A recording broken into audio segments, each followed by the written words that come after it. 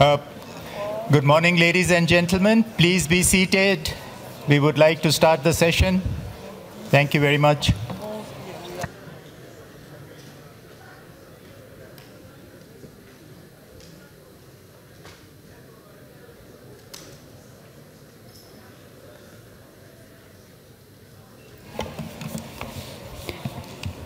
Good morning, everybody. We begin today's session with a consideration of the 2C sites of China, Draft Decision 39-COM-8B12. I will now invite ICOMOS to present the nomination, but before that, I will give the floor to the Secretariat. Mr. Balsamo, you have the floor. Thank you, Madam Chair. Just to remind that we received factual error letters concerning the evaluation of this nomination, which is to be found on page 27 of the INFAID before document. And this factual error are also some impact on the proposed statement of OUB, and the changes are already been inserted in the text which we have. Thank you, Madam Chair. Thank you, Mr. Balsamo. I will now give the floor to ICOMOS to present the nomination. ICOMOS, you have the floor. Thank you, Madam Chair. The ICOMOS evaluation can be found on page 65 of document INF 8B1 English version and page 75 French version. Distributed around the mountainous areas of southwest China are the remains of tribal domains whose leaders were appointed as rulers of their regions by central government from the 13th to the early 20th century. This 2C system of administrative government was aimed at unifying the national administration while simultaneously allowing ethnic minorities to retain their customs and way of life. The three sites of Lao Xisheng, Tangya, and the Heilongtong forest comprise the serial property representing the system of government. Their combinations of local, ethnic, and central Chinese features exhibits an interchange of values and testify to imperial Chinese administrative methods, while retaining their association with the living cultural traditions of the ethnic minority groups. In terms of categories of cultural property set out in Article 1 of the 1972 World Heritage Convention, this is a serial nomination of three sites. 2C sites are located respectively in Hunan, Hubei, and Guizhou provinces of the People's Republic of China. Collectively, the three components of the nominated property total 781.46 hectares and are surrounded by a buffer zone that collectively sums up to 3,125.33 hectares. The Lao Xisheng component alone measures 534.24 hectares and is encircled by a buffer zone of 1023.93 hectares. Located on a terraced hillside sloping down to the east bank of a bend in the Linxi River, the Lao Xisheng component was the seat of the Peng family from the 13th century who governed Zhejiang prefecture of the mainly Tuzhou people. It included the Peng Ancestral Hall and the Zijing Shang burial ground of the Peng family containing 29 Ming people, tombs along the river of the south, with the Yakaoping burial ground of the Tuzhou people further south. Next slide, please. Next slide, please. Yeah. Wenchang Pavilion.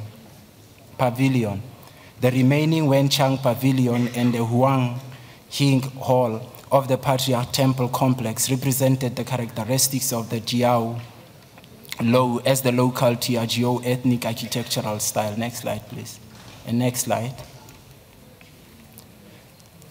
Archive centers had been established at all three sites, which contained digitized catalog of published archaeological reports and inventories of artifacts discovered during the excavations. The Tangya component in the Hubei province was the seat of the Qing family who ruled the southwestern region of the Xizhou prefecture from the 14th century, where Tuzhou people were the major ethnic group. The nominated property is an area of 86.62 hectares that is protected by a buffer zone of 973.61 hectares. The settlement is surrounded by the remains of walls with 9 gates. The remains of the Zhangwang and Yuhang temples and 6 tombs, as well as a garden remains, are located outside the walls on higher grounds to the west and south. Next slide. The next slide, please. Next slide. The memorial archway is the only standing element of the administration area. The excavated area of the administration area include the Guangyang Hall and Dayameng main government office. The settlement contains remains of barracks buildings, an excavation stand at the Zhangguang temple site, stone statues of soldiers platform commemorate a famous general. There are also remains of 17 wells, quarries, and artifacts which testify to a stone carving industry and fragments of ceramics and porcelain. The Hailong Tong component of the nominated property was the seat of the Yang family from the 13th century and became a dedicated mountain defensive fortification of the Buzhou prefecture of Sichuan, rebuilt in 1595 to 1600. The nominated area is 160.42 hectares and is surrounded by a buffer zone of 1127.79 hectares. The stone fortress is spectacularly located on a mountain surrounded by ravines with an extensive walled defensive system, including elaborate gateways. The stone gateways followed the design of those in central China, but the window with perforated diamond pattern in the Feilong gate reflects the local decorative patterns. The remains of the walled Xingwangong official residence and temple, the Lao Wangong official residence, administrative buildings, well quarries, and cairn remains, barracks and drilling ground, all accessed by stone paved paths and steps, are allocated on the flat top of the hill. Next slide, please. Recovered artifacts include decorated ceramic roof tile, porcelain and ceramics, some marked with imperial motifs and inscribed steel. The nominated property satisfied the conditions of integrity and authenticity, comparative analysis and criteria under which it is nominated. The boundaries and protection systems of the nominated property are good, whereas conditions and management are adequate but can be improved. ICOMOS recommends that the Tutsi site, People's Republic of China, be inscribed on the World Heritage List on the basis of criterion 2 and 3. The rest of the draft decision is displayed on the screen and can be found on page 73 of the document. Thank you. Thank you very much, ICOMOS. The floor is now open to committee members. The floor is yours. Philippines, you have the floor. Thank you very much, Madam Chair. I would like to greet everyone a pleasant morning. The Philippines congratulates China for this breathtakingly intact series of Tutsi sites in Hunan, Hubei, and Guangzhou provinces. The sites of Laozicheng, Tongya, and Hailong Tong Fortress express the synergy and amplification of local traditional management into a central governance. A very commendable strong attribute of the serial site is the very high degree of authenticity expressed in terms of function, form, layout, materials, construction, location, setting, and even the ephemeral spirit and feeling of the place. Cognizant of the mass tourism in China in its World Heritage Sites, we concur with ICOMOS' recommendation to strengthen the tourism management of the sites so as not to erode that authentic experience and outstanding universal value. Let this be a powerful reminder of the significant role of indigenous knowledge system of traditional ethnic minority groups in fomenting national cohesion and nation building. Congratulations, China. Thank you very much. The Republic of Korea has the floor. Thank you, Madam Chair. Republic of Korea recognizes the values of the property, capturing the unique system of administration, recognizing the local tribal leaders of the minority regions, which played an important role in retaining the local social structures within the history of China. In this regard, Korea congratulates the State Party of China for its commendable work and wholeheartedly supports the inscription of the site. Thank you. Thank you very much. Turkey has the floor. Thank you, Madam Chair. The nominated property has an outstanding universal value as the 3 nominated sites among 101 identified Tutsi systems sites are best representing the system with their remains as well as their protected status. Ethnic minority communities are still inhabited and practice their cultural traditions in Laosi Shang. Turkey supports the draft decision of ICOMOS and would like to acknowledge the State Party in terms of archive centers, which are established at all 3 sites and contributed to the sustainable management of the nominated property. Thank you. Thank you very much. Japan has the floor, followed by India. Japan. Japan would like to congratulate China for the culture of the minorities in southern and southern-east China. Thank you. Thank you, Japan. India, you have the floor. Thank you, Madam Chair. India would like to commend China on this impressive serial nomination of Tutsi sites, which is an outstanding representation selected from a total of 101 identified Tutsi sites. These sites are an exceptional testimony to the Chinese civilization from 3 different periods and a great asset to the World Heritage List. We would like to congratulate the State Party of China in advance in view of the sites being inscribed today. And India would also like to compliment ICOMOS on the rigorous evaluation of this serial nomination. Thank you. Thank you very much. Qatar, followed by Lebanon. Qatar, you have the floor. Merci, Madame la Présidente. Le Qatar voudrait également féliciter l'État partie pour d'avoir présenté ce dossier pour inscription. Nous voudrions aussi remercier l'ICOMOS pour son travail remarquable et nous soutenons la proposition d'inscription. Merci beaucoup.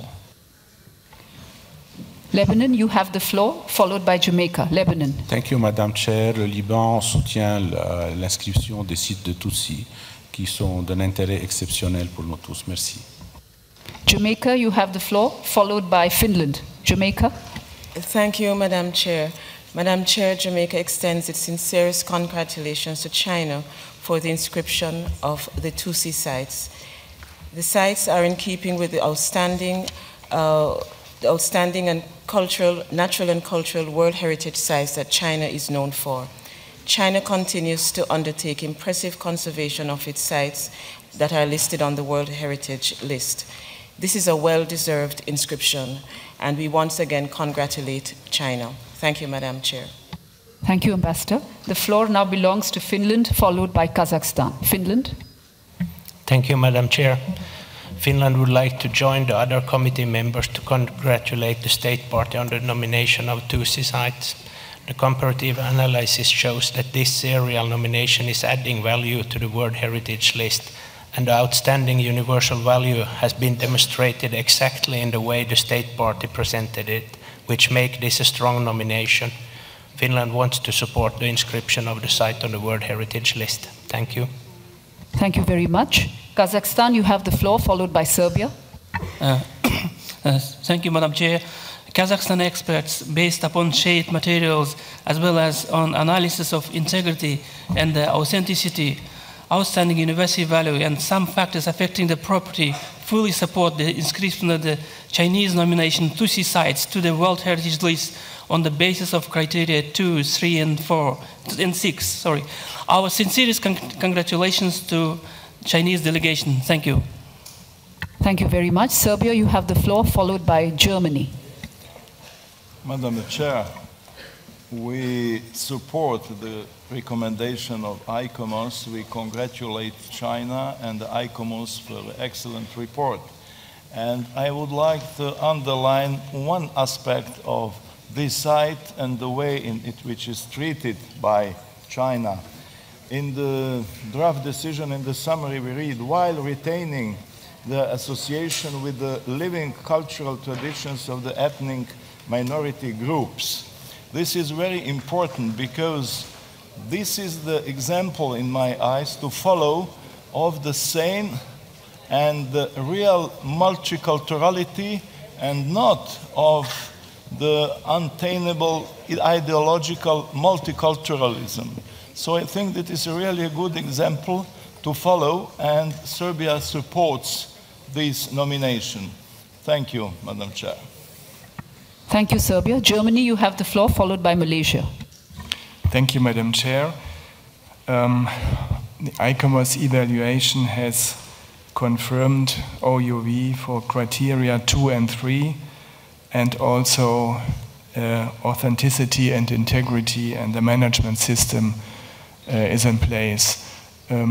Wonderful pictures we have seen, and Germany fully supports this site for inscription. Thank you. Thank you, Ambassador. Malaysia, you have the floor, followed by Vietnam.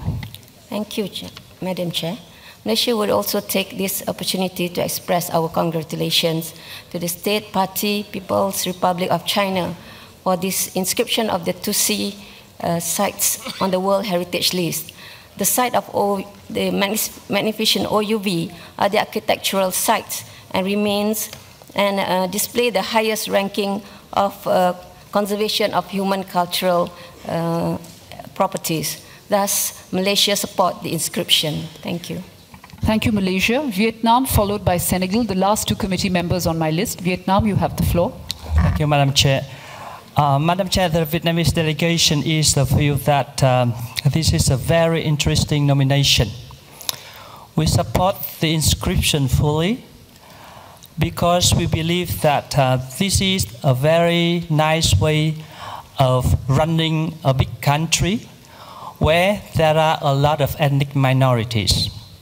So in that big country, how we can reconcile the the different cultural identities by different ethnic groups, at the same time maintaining the national unity.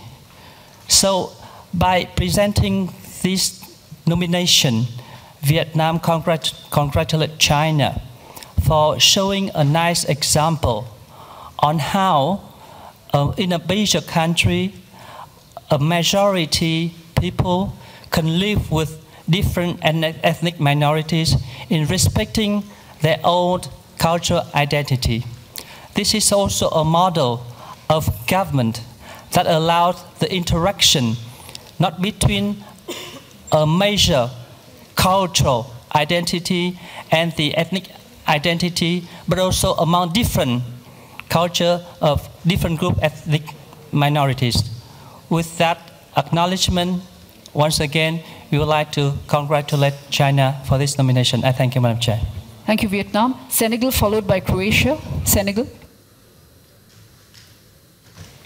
Merci, Madame la Présidente. Le Sénégal aimerait se joindre à tous ceux qui ont déjà parlé pour féliciter l'État parti pour la qualité de ce travail-là et surtout la signification et la portée de ce classement, qui est une preuve supplémentaire du respect de la diversité des expressions culturelles dans ce pays-là.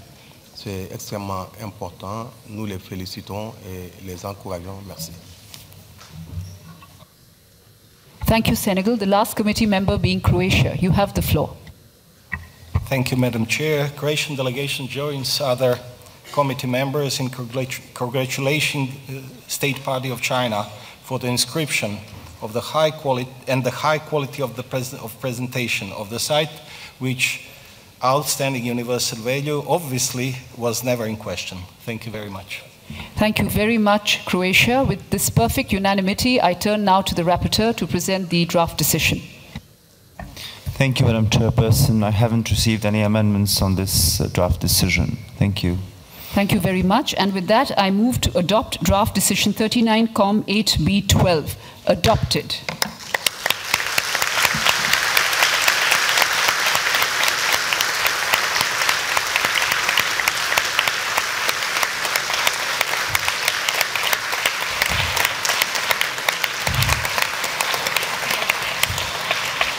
Let me heartily congratulate China on behalf of the entire committee for the inscription of this property. China, you have the floor for a brief 2-minute statement. Thank you very much. Thank you, Madam Chairperson. It is my great pleasure to celebrate this exciting moment together with my colleagues from the Tusi sites. I would like to thank the World Heritage Committee and ICMOS for recognizing the OUV of the property and acknowledging the efforts of Chinese government for its conservation. I would also like to thank ICMOS ICAM for sharing with us the experience on conservation and management of archaeological sites in China last year. As important serial heritage in southwest China, the sites witness the formation and development of the Tusi system from the 13th to the early 20th century and embody the ancient Chinese wisdom in governing a unitary multinational country. It clearly shows the exchange of human values between local ethnic cultures and national identity, as well as guarantees the continuity of the cultural diversity and the constant development of the region. From this moment on, the ethnic groups of Tujia, Miao, and Gelao living in the mountain areas have their first World Heritage. The Chinese government will, as always, strengthen the conservation, management, and monitoring on the Tusi sites and improve the local residents' livelihood. Thereby, this significant cultural property will be better preserved and the World Heritage conservation principles will reach to people of more Chinese ethnic groups. Thank you again.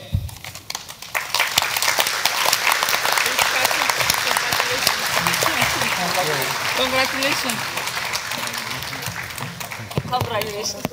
Thank you very much, China, and congratulations to you again. Moving now to Iran. The Islamic Republic of Iran with Susa Draft Decision 39-8B13. I will now invite ICMOS to present the nomination. ICMOS, you have the floor. Thank you, Madam Chairperson.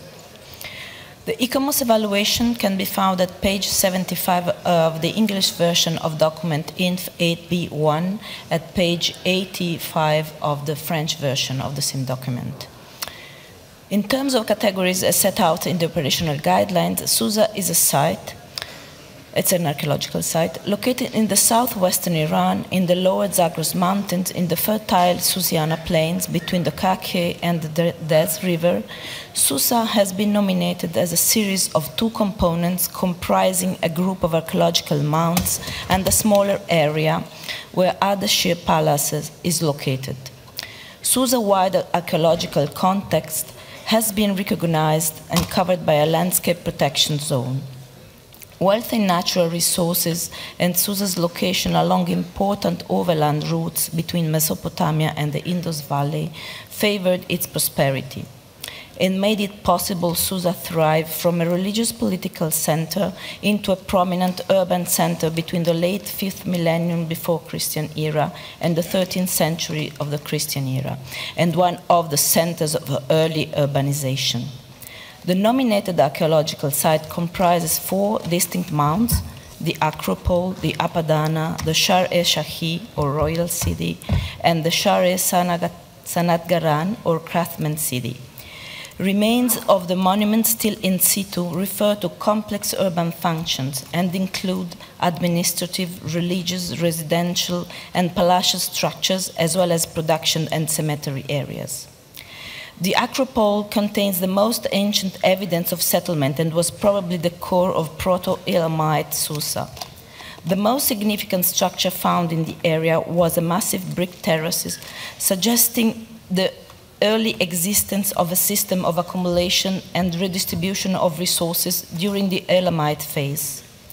Pieces of great importance for the history of humanity, like the Code of Hammurabi or the bronze statue of Napi Azo, were discovered in that area.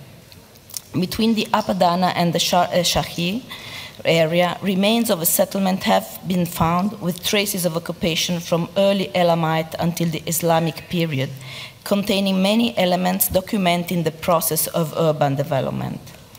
The Apadana area encompasses the vestiges of Darius' palaces, when Susa played a central role in the administrative and cultural life of the Achaemenid Empire, and it includes the remains of an Adish palace or Darius doorway, the plan of the Apadana palace complex itself, whose completeness has allowed to understand its architectural articulation, which is said to have served as a prototype for palaces in Persepolis. The construction of Apadana was a major undertaking that attested to the global, for the time, scope of Darius' empire. Materials and workforce came from as far away as Egypt, Bactria, Lebanon, and Ethiopia. Excavations have yielded a wealth of architectural elements and other finds, many exhibited in the Louvre and as well as in the Susa Museum at the site. Susa has a long history of archaeological excavation, being investigated from the mid-19th century until the end of the 1970s, which is important in itself for the information collected, which shed light on Susa history and its network of cultural and historical linkages. In the late 1990s, investigations have been revived in Susa and in the region, revealing a much wider and more complex pattern of settlements and occupied areas. The territorial scope pursued by contemporary archaeology is only partly reflected in the nomination, but the property includes the component that sufficiently reflect the history and discovery that established Susa as a major and very ancient urban center throughout the millennia.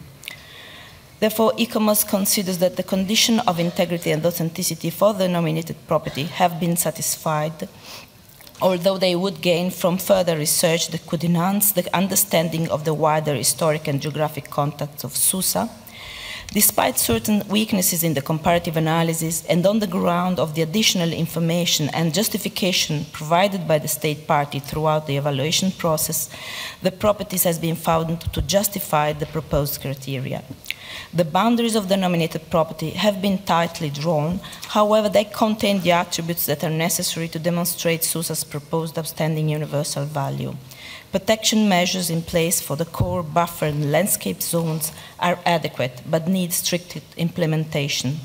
The conservation of the property is a considerable challenge due to its size and issues of erosion, runoff, and localized urban encroachment.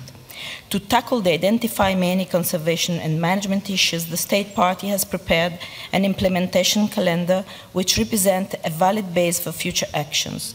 In terms of management requirements, strengthening coordination among the state, regional, and municipal administration and their respective planning instrument is necessary to achieve effective management of the property in an urban environment. Therefore, ICOMOS recommend that Susa is inscribed under the criteria 1, 2, 3, and 4. There are also a number of recommendations concerning protection and management for which a progress report is expected by 1st December this year and in 2016 for examination for the World Heritage Committee in 2017. Thank you. Thank you very much, ICOMOS. The floor is now open to committee members. Lebanon, you have the floor first. Thank you, Madam Chair. Susa est l'un des plus anciens établissements urbains connus dans la région et dans le monde, qui présente une histoire multimillénaire d'occupation continue depuis le 5e millénaire avant Jésus-Christ jusqu'au 13e siècle après Jésus-Christ. Susa a eu un rôle central en tant que centre d'échange culturel. Les conditions d'intégrité et d'authenticité sont justifiées, que ce soit pour les sites individuels que pour la série. Et les procédures de protection et de gestion sont appropriées. En conséquence, le Liban appuie la proposition d'ICOMOS d'inscrire le site sur la liste du patrimoine mondial et félicite l'Iran pour son choix. Merci. Thank you very much, Lebanon. Qatar, followed by the Republic of Korea. Qatar. Merci, Madame la Présidente. Je me joins à ce qui vient d'être dit par le délégué du Liban. Nous voudrions féliciter l'État partie pour le travail professionnel contenu dans ce dossier. Ce site si important mérite d'être inscrit sur la liste patrimoine mondial. Merci beaucoup. Merci beaucoup. The Republic of Korea has the floor, followed by India. Thank you, Madam Chair. The Republic of Korea would also like to congratulate the State Party of Iran and fully supports the inscription of Susa on the World Heritage List. However, I do have, apart from the support, just a small question to ICOMOS regarding one of the recommendations drawn out in the draft decision. ICOMOS actually requested to set up a set of ad hoc indicators to monitor the effectiveness of the interinstitutional agreement recently signed. We would just like to wonder to what nature or what types of indicators that ICOMOS had in mind. This is just a technical clarification that we would like. Other than that question, we are very happy for Iran and would like to support the inscription of this important site encompassing the immense history spanning over several millennia. Thank you. Thank you very much. India and Turkey in that order. Thank you, Madam Chair. India would like to congratulate the State Party of Iran for nominating Susa, a site that is reflective of two great civilizations of the world, the Mesopotamian and the Iranian plateau. We appreciate the excellent quality of the site and the dossier presented by Iran, and also the evaluation of the site by the advisory body. And we fully recommend this inscription. Thank you. Thank you very much. Turkey, followed by Germany. Thank you, Madam Chair. We also would like to express our congratulations to State Party of Iran, and we support the inclusion. The Susa has a clear OUV as one of the earliest urban settlements in the world and capital of the two empires, Elamite and Ahamid. Due to its strategic position, it also enjoyed different cultural influences and stands out as a significant center with its religious, commercial, administrative, and political importance, and thus justified clearly OUV. However, as other vulnerable properties, the site needs a strong management strategy, cooperation and implementation to ensure the long-term protection and conservation. Thank you. Thank you very much. Germany, followed by Portugal. Germany. Thank you, Madam Chair. Germany would like to join previous speakers congratulating the State Party for this wonderful nomination dossier, which is convincing, and OUV has been approved by ICOMOS according to criteria 1, 2, and 3, and 4. The conditions for authenticity and integrity are given. Some recommendations have been made by ICOMOS which should be answered and followed by the State Party. But with this remark, Germany fully supports and congratulates the State Party Iran for this nomination. Thank you. Thank you to the Ambassador of Germany, and now the Ambassador of Portugal. Thank you, Madam President, and a very good day to you and to all around in this room. Like the speakers before me, Portugal fully supports the inscription of this site and wishes to congratulate Iran for this excellent nomination. As one of the most ancient cities in the world, and as a converging point of two great civilizations, the Mesopotamian and the Iranian plateau civilizations, Susa has for many centuries played a prominent role in the region. We salute the State Party for its continued cooperation with ICOMOS, which has contributed to strengthen the arguments for the criteria proposed for the inscription. Although some challenges were identified, an increased protection will be required for the one single buffer zone and landscape component of this serial property. We are confident that the State Party will soon submit additional information to fully respond to the recommendations made by the advisory body. Thank you, Madam President. Thank you very much to the Ambassador. Algeria, followed by Kazakhstan. Algeria. Merci, Madame la Présidente. La délégation algérienne se joint aux orateurs qui l'ont précédé pour féliciter l'État partie et l'ICOMOS pour le travail, pour l'excellent travail rendu qui nous renseigne sur l'importance de ce site. Nous les félicitons encore et nous appuyons l'inscription de ce bien sur la liste du patrimoine mondial. Merci, Madame la Présidente. Merci beaucoup. Kazakhstan, followed by Colombia. Thank you, Madam Chair. Susa is a most vivid and well-known site which could be found widely in any school books and fundamental purely scientific papers. It is one of the oldest urban sites of the world, kind of crossroads of history. Players of archaeologists and historians had grown up investigating unique numerous materials from this amazing site. Our sincere congratulations to the Iranian delegation. Thank you. Thank you very much. Colombia, you have the floor, followed by Japan. Gracias, señora presidenta. Colombia está de acuerdo con la inscripción de este sitio y quisiera resaltar que considera que es notable que haya sido protegido y considerado como parte del patrimonio iraní desde hace casi un siglo. Por esa razón, confiamos que este reconocimiento universal de Susa le permita a los residentes de la vecina población de Shush no solo beneficiarse con esta decisión, sino convertirse en los guardianes y protectores de un patrimonio que ahora nos pertenece a todos. Gracias. Thank you very much. Japan, you have the floor, followed by Senegal. Japan. Japan would fully support this nomination to be inscribed the World Heritage List and celebrate the state party who has made. This area is very important for the Achaemenid and Sassanid period and very famous for the historical sites like Persepolis with the magnificent relief presented the contribution from all over the Persia and Sasanian period even to Japan arrived cutting glass, so that very, very important for the exchange of the culture and civilization. Thank you. Thank you, Japan. Senegal, you have the floor, followed by Croatia. Merci, Madame la Présidente.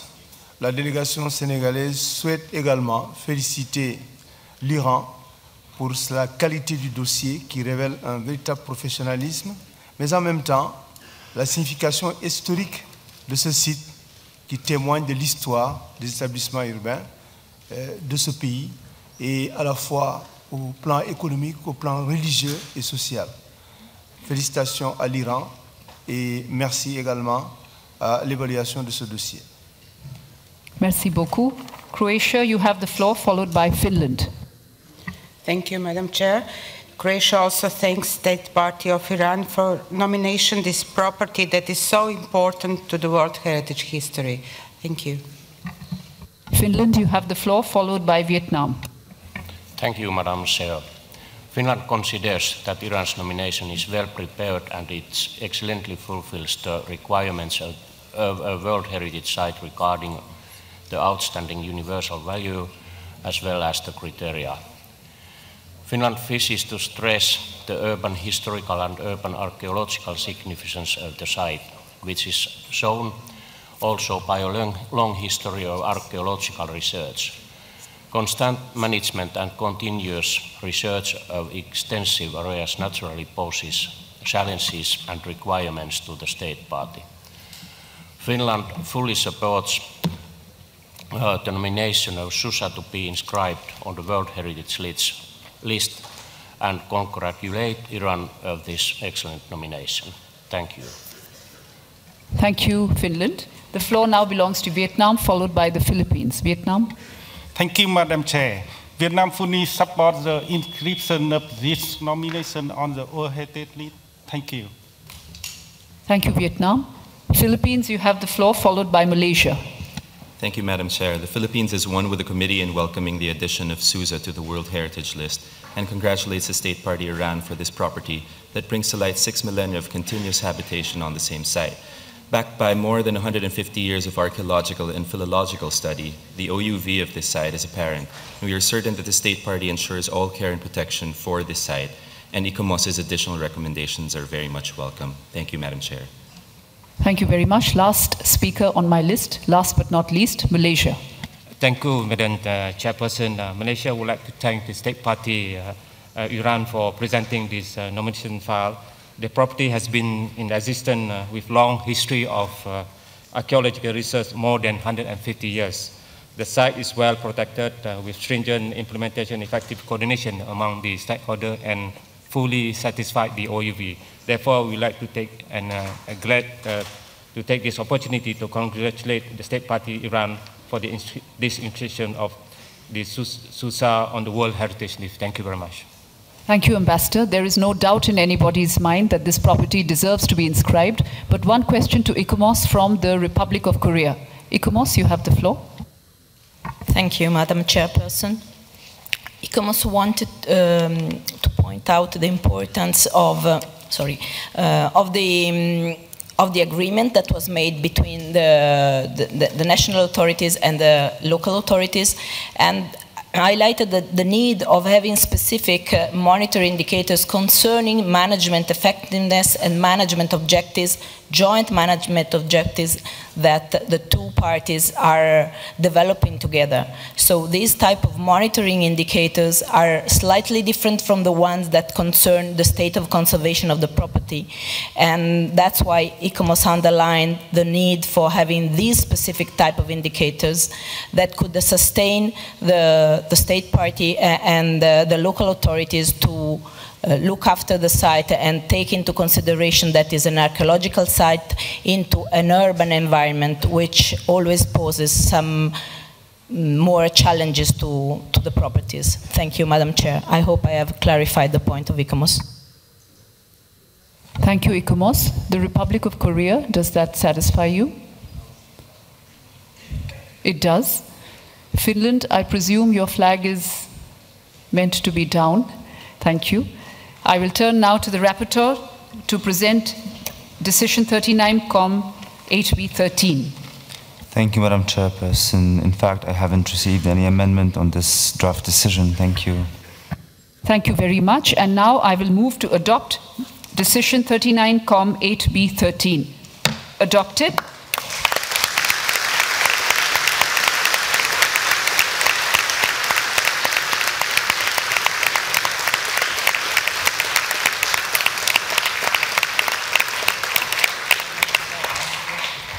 In congratulating warmly the Islamic Republic of Iran on behalf of the entire committee for the inscription of the property, I also have the pleasure to hand over the floor to you for a brief 2-minute statement. You have the floor. Thank you. Thank you very much, Madam Chair. We found in the Apadana Palace in Susa that Darius said that I am Darius the great king of countries containing of all kinds of men.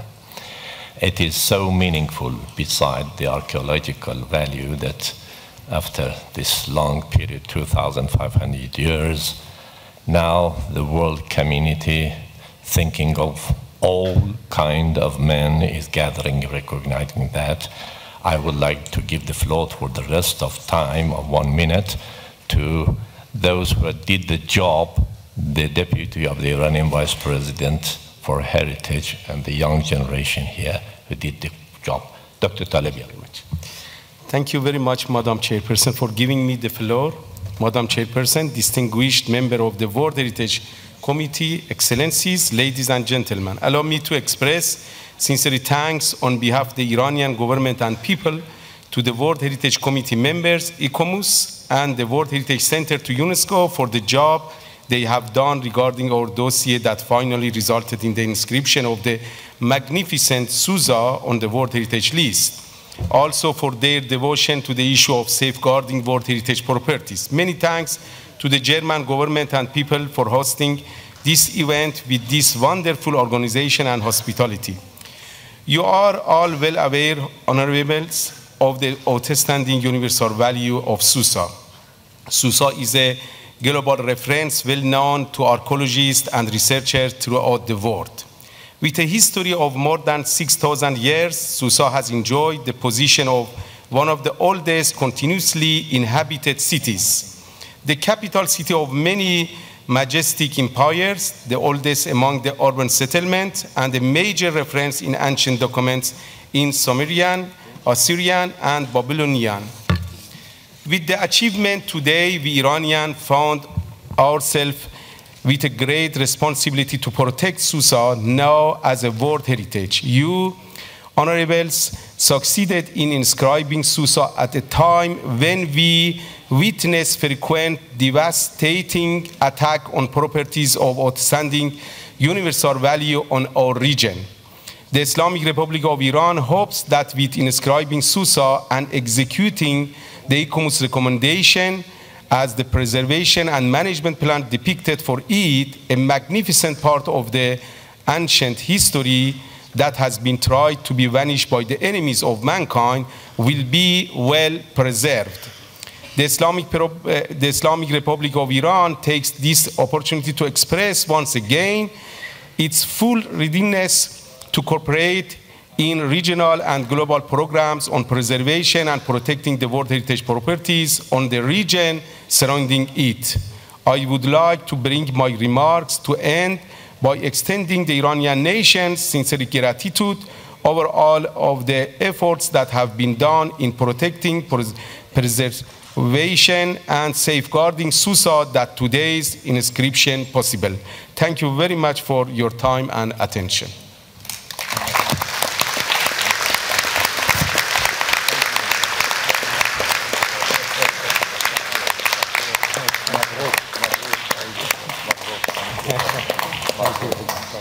And now, from the magnificent Susa, we move to the cultural landscape of Meymand, again in Iran. Draft Decision 39-COM 8B18. I will turn to ICOMOS to present the nomination, but before that, I will give the floor to Mr. Balsamo from the Secretariat. You have the floor. Thank you, Madam Chair. We received a factual error letter concerning the evaluation of this nomination, which is to be found.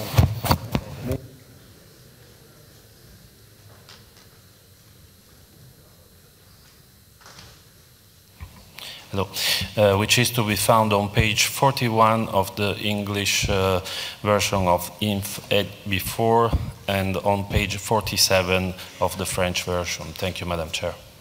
Thank you very much, Mr. Balsamo. ICOMOS, you have the floor to present the nomination.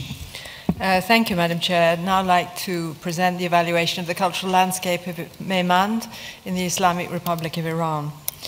This is a referred back nomination. At its 37th session in 2013, the World Heritage Committee, in its decision, recognized the outstanding universal value of this site and referred the nomination back to the State Party in order to allow it to set the property into its wider agro-pastoral context and demonstrate in which way the site could be seen as an outstanding reflection of transhumance in its geocultural region.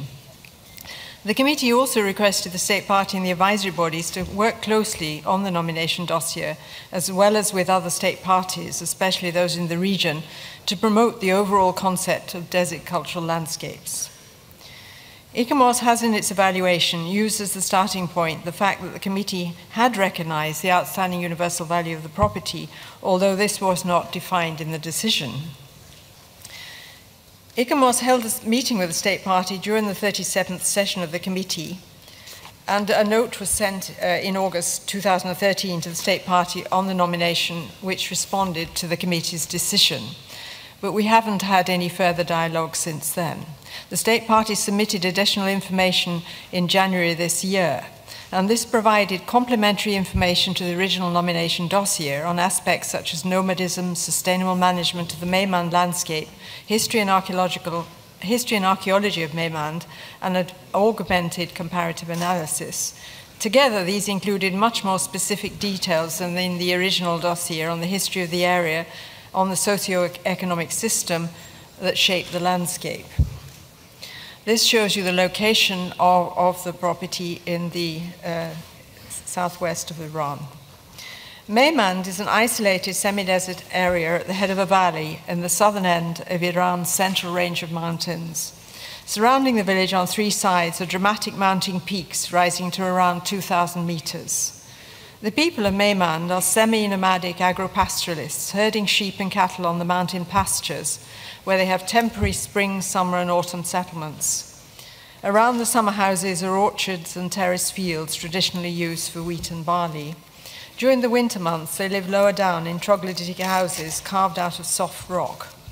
In this extremely arid area, water for crops and animals was traditionally harvested from multiple sources: springs, rainfall tanks, a network of seasonal rivers and subterranean pools channeled along underground canats.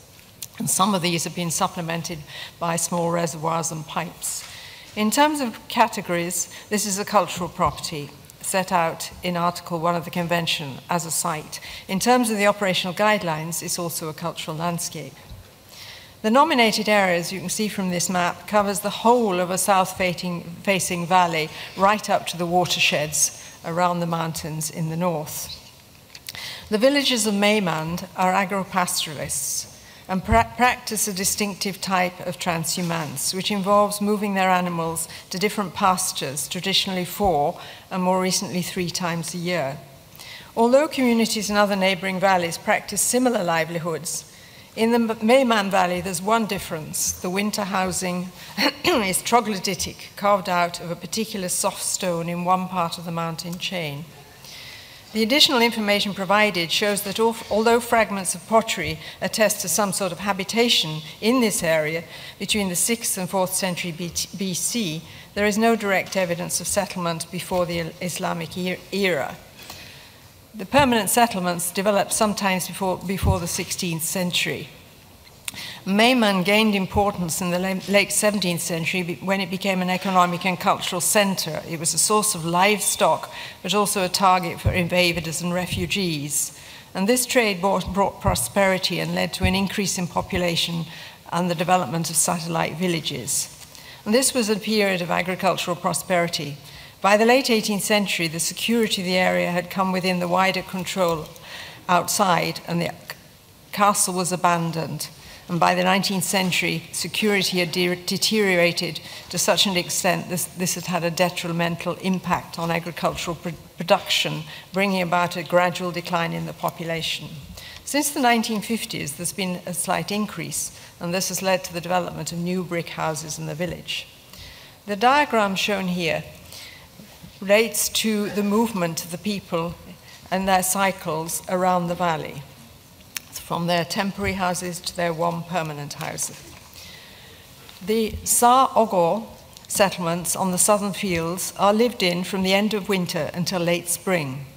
They consist of houses and shelters for animals, circular houses semi-underground to shelter them from the wind with a low dry stone wall, and above-ground houses built with stone walls and a conical roof of branches. The second settlement, Esham, was used for a short period in early spring at places where wild almonds could be collected. Traditionally, the houses were tents of goat hair or shelters of brushwood, as you can see here. This is the second of the 4-stage transhumance, but this particular stage has all but disappeared. The third stage, Sa-Bok, were lived in during the summer months and in early autumn. The groups of houses are sited near seasonal rivers. When the weather is hot and dry, the structures are light. Dry stone walls support a roof covered with grass thatch. In inclement weather, more substantial houses are constructed with taller stone walls and a conical roof. Near seasonal rivers around these summer villages are the remains of now ruined water mills, pits, as well as pits for boiling and straining grape juice, and the resulting tanks where it's stored. The underground houses, or kiche, are the ones used during the late autumn and winter. Carved out of soft rock on both sides of a shallow valley, they are constructed in layers up to 5 stories in height, and the houses are connected by narrow paths. Around 400 kiche houses have been delineated, and each house has between 1 and 7 rooms. Traditionally, they were used for living and storage. 123 of these are still intact, and currently around 50 are still inhabited, and they've been restored over the past 10 years. There are larger buildings, one used for a mosque and another a former bathhouse, and some buildings have been modified to provide modern amenities for the village. This tiny community is strongly committed to its traditions and is supported in its efforts by the local, regional, and national authorities. In its first evaluation, ICOMOS considered that the key issues were how far this one variant of agropastoral system can be seen as exceptional. Secondly, how far the local farmers would be prepared to continue their harsh and not particularly profitable lifestyle in the face of more lucrative opportunities in the towns. And thirdly, how tourism could be prevented from museumifying the village. It is these three issues that the State Party has addressed in the additional information that has been provided. The work done since the property was referred has opened up engagement between national and regional agencies and the local community to raise awareness of the legacy that they sustain and to begin to put in place a sustainable framework based on support and encouragement for innovative ways to add value to local produce. Although together these initiatives are a major step forward in engaging the local community in a dialogue on how to sustain this dynamic landscape and its practices, there's nevertheless still concern that such a small community can form a sustainable and resilient unit that will keep this agropastoral system alive. The additional information identified the various assets of the valley landscape in terms of potential to offer tourist activities and attractions. But as of now, there is still no detailed plan as to how tourism might be managed in a way that it supports rather than subtracts from the local traditions. The comparative analysis has shed light on agropastoral systems around the regions. The supplementary information provided is based on a survey undertaken of the Maymon Valley and its adjacent regions where there is similar climate and cultural traditions. The survey considered the troglodytic settlements in their wider landscape context. The comparisons were also considered the dry desert agropastoral system with those of other in similar dry desert areas. And this has all shown that this small and relatively self-contained valley provides a highly specific variation of agropastoralism that reflects a dry desert environment, a three-phase transhumance, and a defined settlement area that includes fortified cave dwellings. The troglodytic village is a main tourist attraction. There are currently strong controls on the number of visitors. Nevertheless, there remain concerns over the negative impact that large numbers might have on this fragile landscape. There's also a concern that the village could become a set piece for tourists where activities are unrelated to traditional ones. The property is nominated under criterion 3, 4, and 5. ICOMOS considers that it's difficult to say that under criterion 3 that this specialized adaptation to agropastoralism can be considered as a reflection of an important cultural tradition.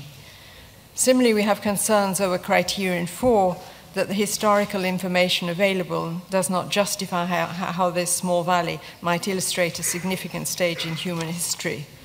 We do, however, consider that criterion 5 is best suited to justify the outstanding universal value recognized by the committee in terms of the way Mayman reflects this traditional three-phase transhumance system with its unusual winter housing. In terms of integrity, the pastoral system and all the dwellings are within the boundaries. The components are, however, vulnerable in relation to the resilience of the transhumance system. It continues for the present, but it will need to be supported perhaps in the future. In terms of authenticity, there's little doubt on the authenticity of most of the components in terms of the landscape and the traditional practices, the seasonal shelters, the water structures, and so on. The troglodytic houses have undergone extensive restoration over the past 10 years. And ICOMOS notes that little details have been provided on the degree of intervention or the conservation approach adopted. Authenticity is also vulnerable to a weakening of traditional practices, as has been already mentioned. The legal protection in place needs to be extended to cover the landscape, but we note that this is envisaged if the property is inscribed. So in terms of recommendations for inscription, in recalling the decision of the committee at its 37th session that the committee had determined that the property has outstanding universal value, it is the view of ICOMOS that this could now be best justified in relation to criterion 5. Under these circumstances, we recommend that the cultural landscape of Mainland be inscribed on the World Heritage List as a cultural landscape on the basis of criterion 5. Thank you very much. Thank you very much, ICOMOS. The floor is open to committee members to express their comments. Lebanon, you have the floor. Thank you, Madam Chair. Je voudrais commencer par remercier l'ICOMOS pour avoir insisté sur le côté fragile du bien. C'est vrai, mais c'était déjà un grand défi pour l'État partie de le présenter. Donc nous félicitons l'ICOMOS pour le bon travail et l'Iran pour le choix du site. Merci. Thank you very much. Philippines, you have the floor. Thank you, Madam Chair. The cultural landscapes of Mainland is one of those sites that, although not monumental, reflect enduring traditions that meld the tangible and intangible in perfect cohesion. It is through properties like this one where we see that World Heritage sites that involve communities, whether in an urban or rural setting, is alive and still very valid in the face of rapid globalization. We do note that in the ICOMOS report, the master plan of Shar-e-Baba classifies Mainland as a tourist destination, and we express our concern on this point. We hope that the management plan has or will have provisions for the mitigation of the negative effects of tourism, especially to safeguard the traditional life of this unique community. The Philippines fully supports the inscription of this property and thanks Iran for this exceptional site. Thank you, Madam Chair. Thank you very much. The Republic of Korea, followed by Japan. Thank you, Madam Chair. The Republic of Korea supports the inscription of the site on the World Heritage List and congratulates the State Party of Iran, especially recognizing their endeavors in coming back successfully to address all the issues recommended by ICOMOS raised 2 years ago in Phnom Penh. We're also pleased to see that the entire legal protection is envisaged with the inscription of this site on the World Heritage List. We would congratulate Iran on the successful inscription of this site. Thank you. Thank you very much. Japan, followed by India. Thank you, Madam Chair. This property demonstrates an extremely charismatic style of semi-nomadic custom of this region, which has been underrepresented in the World Heritage List.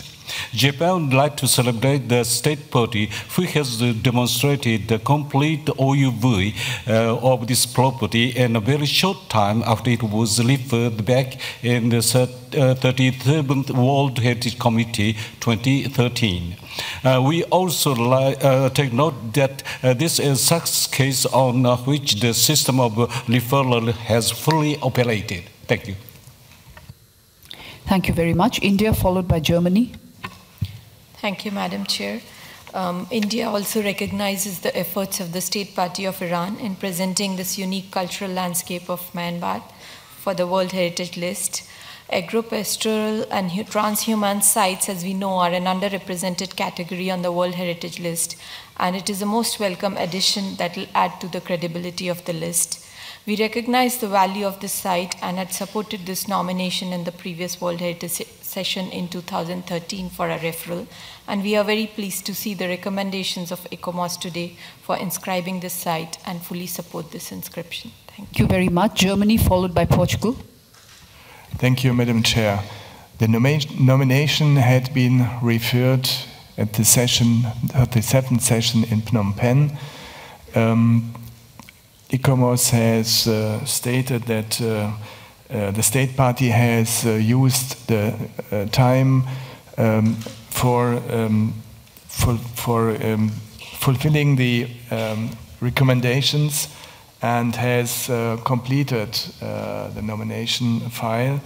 We think that this nomination fills a gap in the World Heritage List of UNESCO. The troglodyte houses carved out of soft Kama rock are wonderful and will enrich the UNESCO's World Heritage List. Thank you. Thank you, Ambassador. Portugal, you have the floor, followed by Malaysia. Thank you, Madam President. And I thank the Secretariat, and I wish to congratulate ICOMOS on the excellent work. Like previous speakers, Portugal supports the inscription of the cultural landscape of Mainland, a troglodyte village that hosts a semi-nomadic population that continues to carry out very ancient practices that have been perpetuating the cultural landscape itself. Mainland is nevertheless, as was pointed out both by ICOMOS and underlined by Lebanon, vulnerable property, namely because these practices tend to disappear over time. This underlines the need to reinforce protection and adequate management in close cooperation with local communities. I wish again to congratulate Iran for this nomination and this inscription. I thank you. Thank you, Ambassador. Malaysia, followed by Croatia. Thank you, Madam Chair. Malaysian delegate wish also to note the referral status that was accrued 2 years ago in Phnom Penh, and would like to thank the Republic of Iran for being able to address the concern then. No doubt this property represents a legacy of a long history of pastoral, cultural history and livelihood of the villagers in the area. It is a marvelous site and has fulfilled all the criteria as reported by ICOMOS. Malaysia would like also to take this opportunity to congratulate the State Party of Iran, the Islamic Republic of Iran, for the inscription of the cultural landscape of Maiman for the world to witness. Thank you very much, Madam Chair. Thank you very much, Malaysia. Croatia, you have the floor, followed by Finland. Thank you, Madam Chair. We would like to congratulate ICOMOS for the work with the State Party on this referred nomination of unique agro-pastoral landscape of Maiman. And obviously, we are very much congratulating the State Party of Iran and their experts for yet another significant type of World Heritage to be inscribed on the World Heritage List. Thank you. Thank you very much. The floor is now Finland, followed by Qatar. Thank you, Madam Chair. Finland considers that the work done since the property was referred in Phnom Penh can be seen on reports on nomadism, description of agro-pastoral lifestyle, history and archaeology. Finland is also pleased to see that consultation with the local community is actively taking place. It's very inspiring to see that for elements of the property, a great deal of inventory and research work has been carried out. Finland supports the inscription of the cultural landscape of Maiman on the World Heritage List. We can congratulate the State Party on this successful nomination. Thank you. Thank you very much. Qatar, you have the floor, followed by Kazakhstan. Merci Madame la Présidente. Je serai bref. Encore une fois, l'Iran montre le grand professionnalisme dans la préparation des dossiers. C'est bien sûr, comme a été dit par tous les délégués, les honorables délégués dans la salle, c'est un site qui mérite d'être inscrit. Nous félicitons l'État parti, comme nous félicitons l'ICOMOS pour son travail remarquable. Merci beaucoup. Thank you very much, Qatar. Kazakhstan, you have the floor, followed by Turkey. Thank you, Madam Chair. First of all, I would like to thank ICOMOS for excellent report outlining both the proposed sites, outstanding university value, and some substantial and technical remarks with regard to sustainable development and tourism. Kazakhstan supports inscription of landscape of Maiman to the World Heritage List, and congratulate Islamic Republic of Iran with this excellent job. Thank you. Thank you very much. Turkey, followed by Serbia and Algeria. Turkey. Thank you, Madam Chair. Turkey also would like to congratulate ICOMOS and the State Party of Iran for this unique property, which is a living and evolving landscape, gained its current form in response to its natural environment and continues to play an active role in contemporary society. We also will be happy to how the State Party will manage the multiplying, increasing number of tourists and how they avoid over-commercialization of this small village. Thank you, Madam Chair.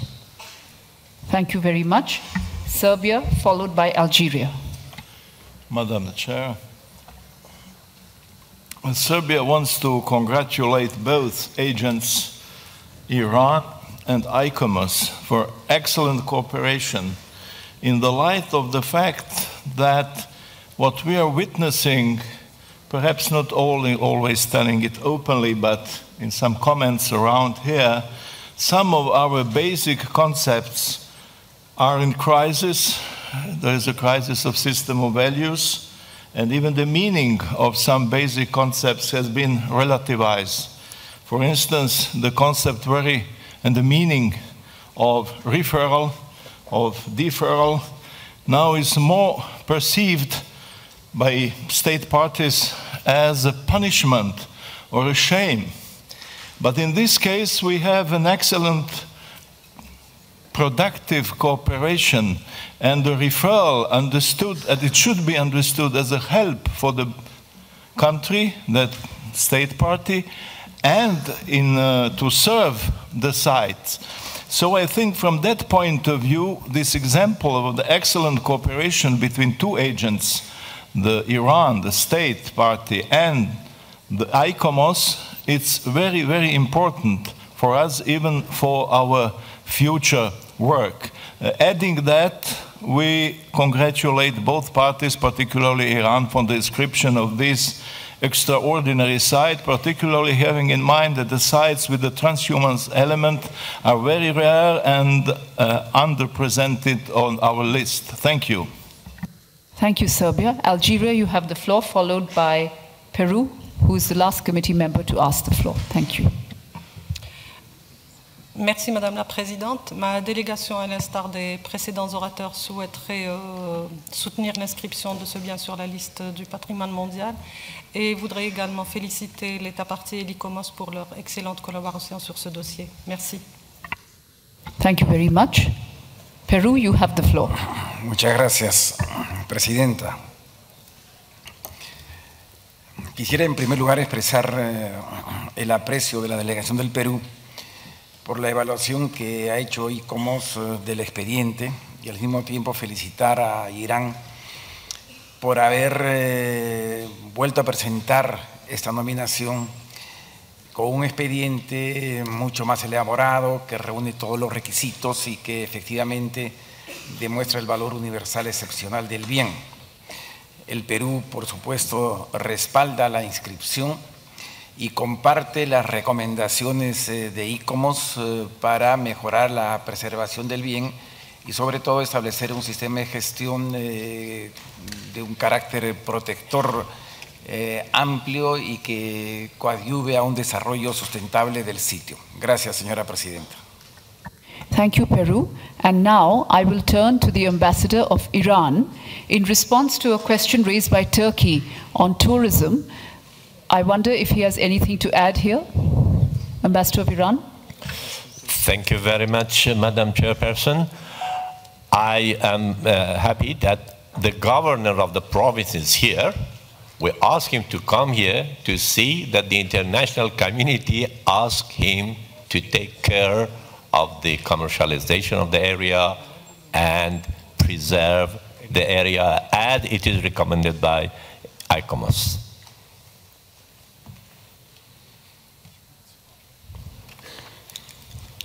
Thank you. Would he like to take the floor?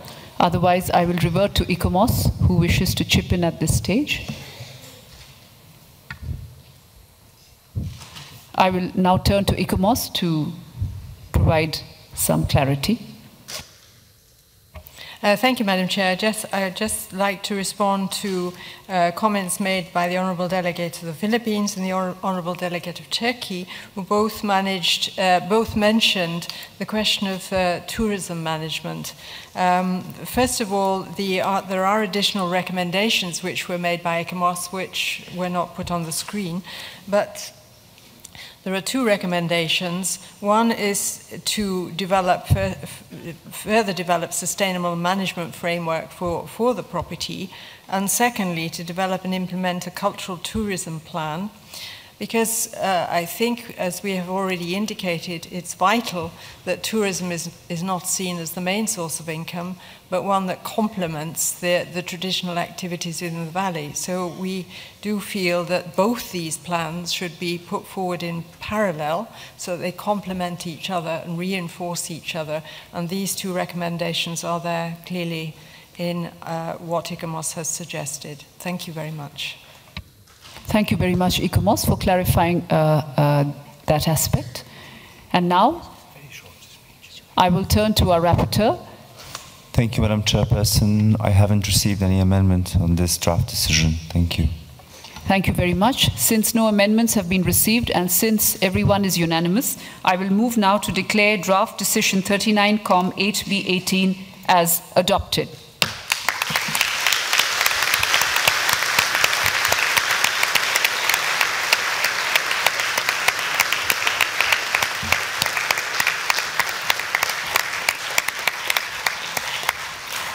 Let me warmly congratulate the Islamic Republic of Iran on behalf of the entire committee for this second inscription this morning. Iran, you now have the floor for a brief 2-minute statement. Thank you. Thank you very much, Madam Chairperson. I would like to sincerely thank members of the committee, the ICOMOS for the work, for the advice, for the excellent report, and for all who helped us to have this site in this situation. As it was mentioned by some previous speakers from the committee, distinguished speakers, the referral of the previous gathering in Phnom Penh was very useful for us. I mean that it worked very well. Now we engage in the level of governor of the province to put different institutions together to be able to take care of what ICOMOS wanted to be. And the governor is here. He traveled with all of his young ladies and gentlemen, those who helped him. And I was telling him now that, watch, the international community is expecting you to take care of this unique site. And I would like to say that this is the beauty of UNESCO. In fact, this is the reason why we love these institutions. That if we wouldn't have UNESCO, where else in the world could take care of this kind of thing that after thousands of years, one ways of life, tangible and intangible heritage putting together, and now the international community is feeling that it is the world property and wants Iran to take care of the world property. May I, everything was said by ICOMOS report, there is nothing that can add. What I would like to say that really the World Heritage deserves to be the flagship of UNESCO. And if we look at the history, thousands of years, and we expect the voice of history coming from that valley in mainland, as if they are telling us, those human beings within thousands of years, they are telling us through the Omar Khayyam poetry, said that Yaran به موافقت چو دیدار کنید باید که ز دوست یاد بسیار کنید چون باده خوشگوار نوشید به هم نوبت چو به ما رسد نگونسار کنید. Oh friends, I try to translate. Oh friends from the history, when after 1,000 years after us, you meet each other in a friendly environment and drink together drunkening wine, please think of us as well, the voice of us in the history. And when you pour the cup around the gathering, in our turn, put some on the land to be our share of that drunkening wine. Thank you very much, and I would like to thank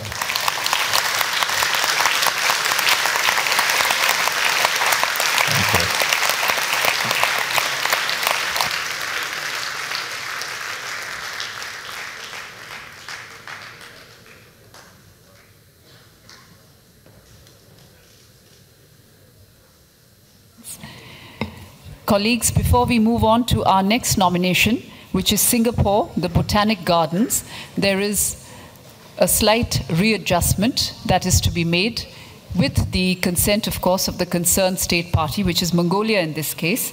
Immediately after the Singapore Botanic Gardens, it is proposed to take up the Republic of Korea nomination, the Baekje Historic Areas. A special request has been made by the state party owing to extenuating circumstances.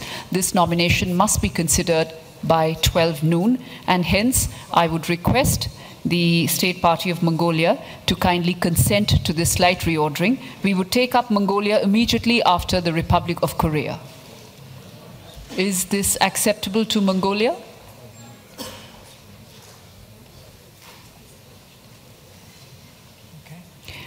Okay. Do I take this as an okay? In that case, you have the floor. Mongolia, you have the floor.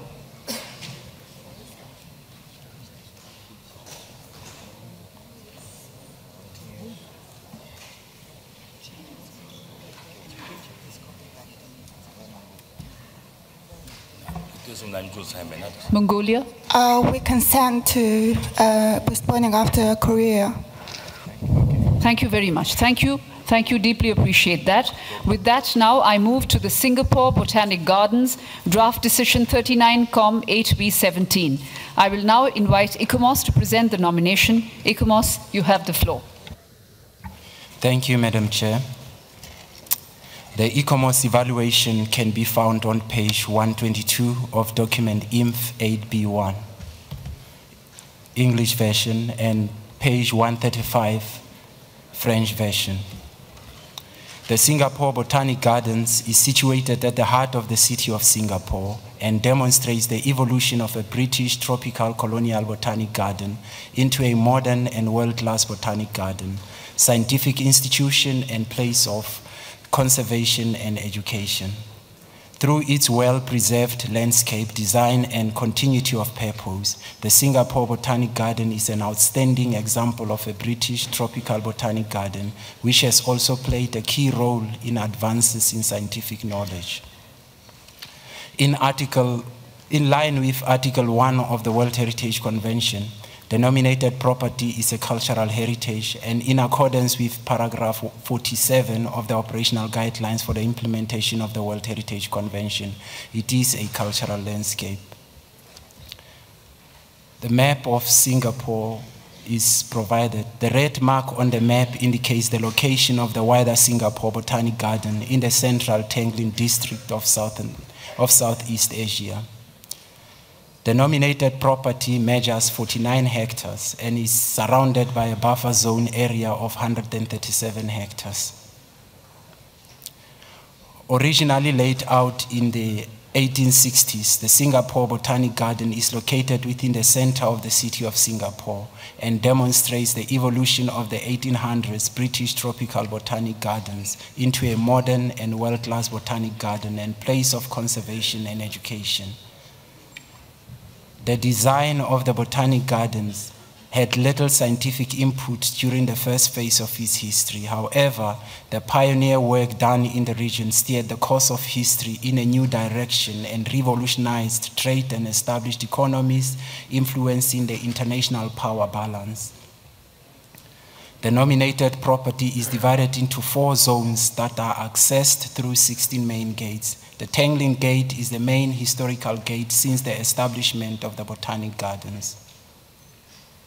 The 4 garden zones are the Tanglin Core Zone, which is a historic zone, the Central Core Zone, which is a tourism and administration zone, the Bukit Core, which is for education and learning zone, and the Tayasol Learning Core, which is also for education and learning zone. The Singapore Botanic Gardens is outstanding for its preserved landscape design and continuity of purpose since its establishment in 1859.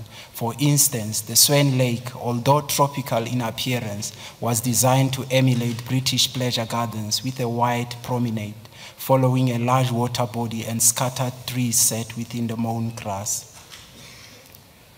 The scientific collections and facilities were also enhanced through the construction of the Botany Center in 2006, which houses a herbarium library and various laboratories. The Bandstand Hill, which formed part of the 1860s design of the Den Pleasure Gardens, commands the highest point in the original area of the nominated property. The ginger garden filled with lush tropical planting showcasing over 550 different types of gingers and species in the related family.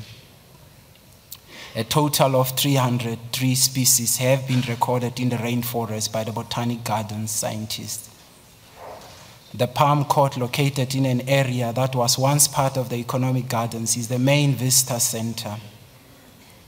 When the plantation rubber boom began early in the 20th century, it was the seeds and saplings supplied by the Singapore Botanic Gardens that enabled most of the expansions of plantations to occur, such that by 1920, Malaya was producing half of the world's latest harvest. Compared to the other British colonial botanic gardens of comparable size and function in the tropics, Singapore Gardens is outstanding for its preserved landscape design and continuity of purpose.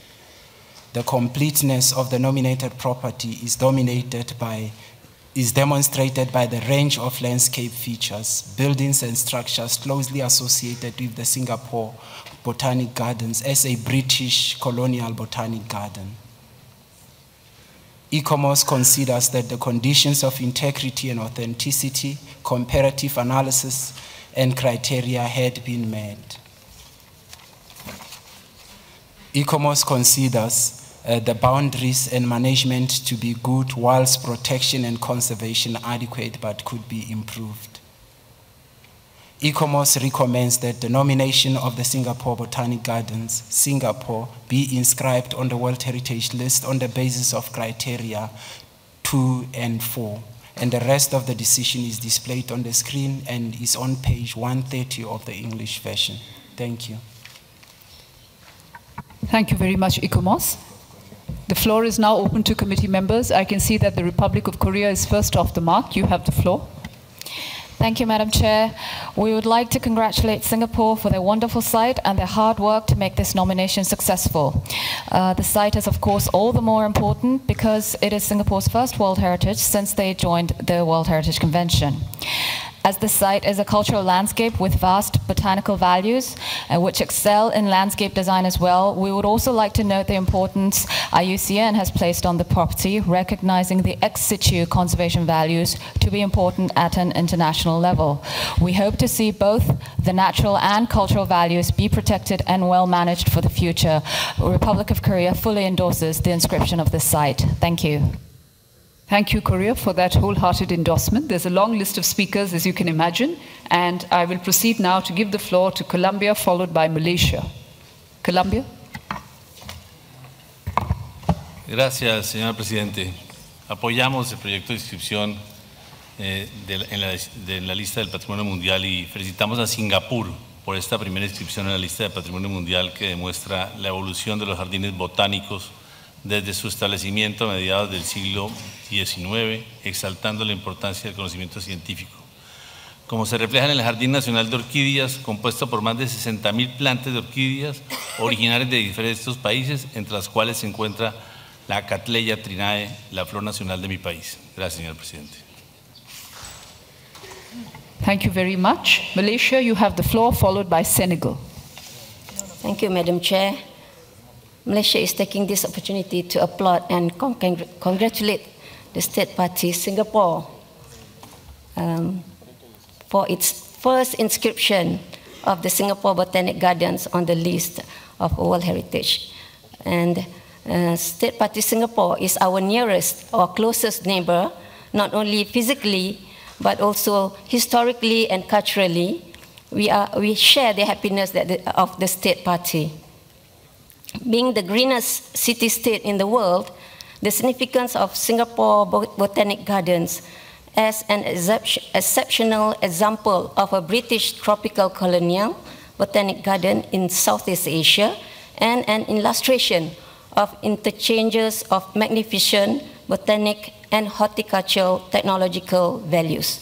For that, we support the inscription of Singapore Botanic Gardens. Thank you.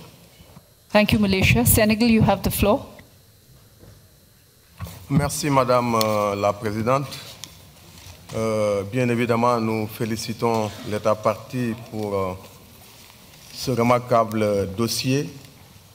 Nous avons eu la chance de visiter ce jardin botanique qui nous a séduits par la diversité des aménagements, qui nous a séduits par sa biodiversité remarquable, qui nous a séduits par sa gestion rigoureuse et qui nous a séduits surtout parce que c'était un lieu de vie.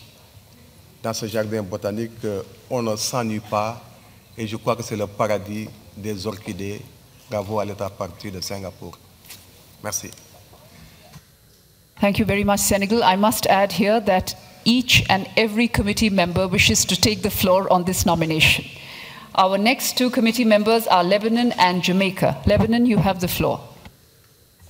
Merci, Madame la Présidente. Le Liban est heureux de soutenir l'inscription de ce site des jardins botaniques de Singapour sur la liste du patrimoine mondial. De façon particulière du fait du rôle que joue le jardin botanique de Singapour comme lieu d'expérimentation, de développement agro-industriel et de distribution, que ce soit en Asie du Sud-Est ou dans d'autres parties du monde. Nous pensons également que l'influence du jardin botanique de Singapour a été essentielle dans l'histoire de la botanique et de l'horticulture tropicale. Nous souhaitons également appuyer la recommandation de l'ICOMOS concernant la nécessité de renforcer la protection de la zone tampon en la désignant intégralement comme zone foncière d'habitat.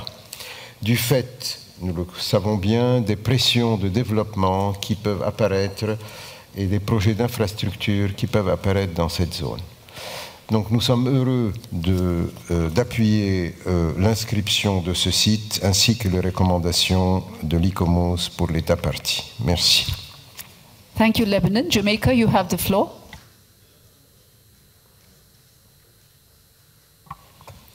Thank you, Madam Chair.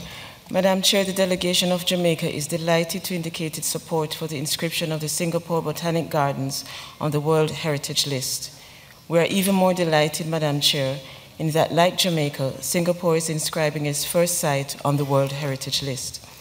This speaks well of the future of the list, that two small states are being inscribed at the same session of the committee. While based on the classic English garden, Singapore has been successful, in our view, in making the garden uniquely Singaporean. An oasis in the heart of the city-state, a unique feature of the Singapore Botanic Gardens is that it is also a center of learning, a scientific institution, and a place of conservation and recreation. We highlight in particular the role it is playing in terms of scientific knowledge in tropical botany and horticulture, which it has shared with countries in Southeast Asia and beyond. Madam Chair, Jamaica wholeheartedly congratulates Singapore and joins others in the decision on the inscription of the Botanic Gardens on the World Heritage List. Thank you, Madam Chair. Thank you to the Ambassador of Jamaica. India, followed by Germany in that order. Thank you, Madam Chair. The Singapore Botanic Gardens is clearly an outstanding example of a British tropical botanic garden, which has also played a key role in advances in scientific knowledge, particularly in the fields of tropical botany and horticulture. Its development of plantation rubber is well recognized across the world, and its contribution today to the world in gifting a range of exotic orchids is indeed an added bonus. Having seen this outstanding site personally, I fully agree with its inscription on the World Heritage List and heartily congratulate the State Party of Singapore in its efforts to bring this first excellent nomination from their country, which is not only outstanding but also protected and managed by them with utmost care and commitment. Thank you. Thank you very much. Germany and Finland in that order. Germany. Thank you, Madam Chair. Indeed, Singapore Gardens is an outstanding example for the evolution of a British tropical colonial botanic garden over a pleasure garden in the English landscape style to a modern and world-class botanic garden. The variety of landscape features, plantings and buildings are unique, as well as the collections and scientific facilities. On behalf of Germany, I have the pleasure to endorse the inscription of the Botanic Gardens in the World Heritage List. I congratulate the State Party of Singapore and my dear colleagues for this wonderful nomination. You did a great job. Congratulations to your first World Heritage Site. Thank you very much, Germany. Finland, you have the floor. Thank you, Madam Chair. Finland sincerely wants to congratulate the State Party of Singapore on this successful nomination. I had the possibility to recently spend a couple of unforgettable days in the botanical garden. The outstanding universal value was hardly never a question. It was laid out by Lawrence Niven and James Merton already in the 19th century when they created the English landscape-style garden and transformed it into a typical colonial botanical garden. The garden has played an important role through its work since that. From spearheading the rubber cultivation in the 19th century to pioneering orchid hybridization, the garden has continued to deliver through its research programs. The only question mark when it comes to a property like this is how to protect the visual integrity of the site when situated in a fast-growing metropole with limited space available for construction. Even though Google Street View was surprisingly helpful in this case, I have namely spent hours in front of my computer walking along the paths in the garden to take a look at different views toward the residential areas. Was the first-hand experience at the property crucial in understanding how the building height plan will function in reality? Discussions with the Urban Redevelopment Authority turned out to be very helpful in understanding land use in Singapore. I have to say that this authority has to be top-notch in the world when it comes to urban planning and is well capable of taking care of the protection of the site in its wider setting. Once more, Finland congratulates the State Party on this nomination and wish you all luck in the future. Thank you. Thank you, Finland. Serbia, followed by Croatia. Serbia. While strongly supporting this inscription and not being the specialist in botanics, landscaping, and urban planning, in the name of Serbia, I would like to emphasize one aspect of this nomination, that in the moment when the humanity is sadly and dramatically losing the harmony between nature and man, between beautiful human beings and flowers, Singapore Botanic Gardens are giving us a very encouraging proof how the man can recreate the lost or better destroyed paradise. But what is the precondition? The precondition is the harmony among men, racial, social, religious communities. And Singapore happily managed to achieve both. Congratulations to Singapore. Thank you very much, Ambassador. Croatia, followed by Qatar. Thank you, Madam Chair. The delegation of Croatia fully supports the inscription of the Singapore Botanic Gardens. It is a perfect example of how the nomination should be presented. And moreover, I would say moreover, what is, and it is the very essence of the nomination, Singapore Botanic Gardens have obviously outstanding universal value, not only because of its exceptional beauty, but also for its role in the interchange of human ideas, knowledge, and expertise. Needless to say, it is the very role of the UNESCO itself. So nothing else I can say that once again congratulations to the State Party of Singapore. Thank you very much. Thank you very much. Qatar, followed by Portugal. Qatar. Merci Madame la Présidente. J'ai eu la chance, comme d'autres ambassadeurs, de visiter ce jardin botanique de premier ordre. Par ailleurs, le Qatar a un lien affectif avec ce jardin, car une orchidée a porté le nom de Sheikha Moza du Qatar. Je pense que la même affection va aussi pour l'UNESCO, car une autre espèce d'orchidée a porté le nom UNESCO et a été offerte à Madame Bokova l'année dernière lors de la précédente session du comité à Doha. Il faut savoir que ça prend 10 ans pour la création d'une nouvelle espèce de cette belle fleur. Cela montre la patience et le dévouement dont jouissent les ingénieurs et les spécialistes qui travaillent dans le laboratoire basé au sein de ce jardin. Comme cela a été souligné, c'est un site vivant où des jeunes mariés viennent célébrer leur mariage et où les familles se promènent à travers les chemins de ce beau jardin. Le Qatar voudrait donc féliciter le Singapour d'avoir présenté ce site pour inscription. Et finalement, je voudrais personnellement féliciter le très élégant ambassadeur de Singapour, ambassadeur Andrew. Merci beaucoup. Thank you very much, Ambassador of Qatar. Many of us would agree with you on that description of the ambassador. The floor now belongs to Portugal. Thank you. Portugal heartily congratulates Singapore for this very well-prepared first nomination dossier. Allow me to welcome the presence among us of the Minister of Culture of Singapore, adequately underlining the significance of this day. The Singapore Botanic Gardens stand out as a very unique and exceptional example of a 19th century British tropical colonial botanical garden and is the best preserved in its kind.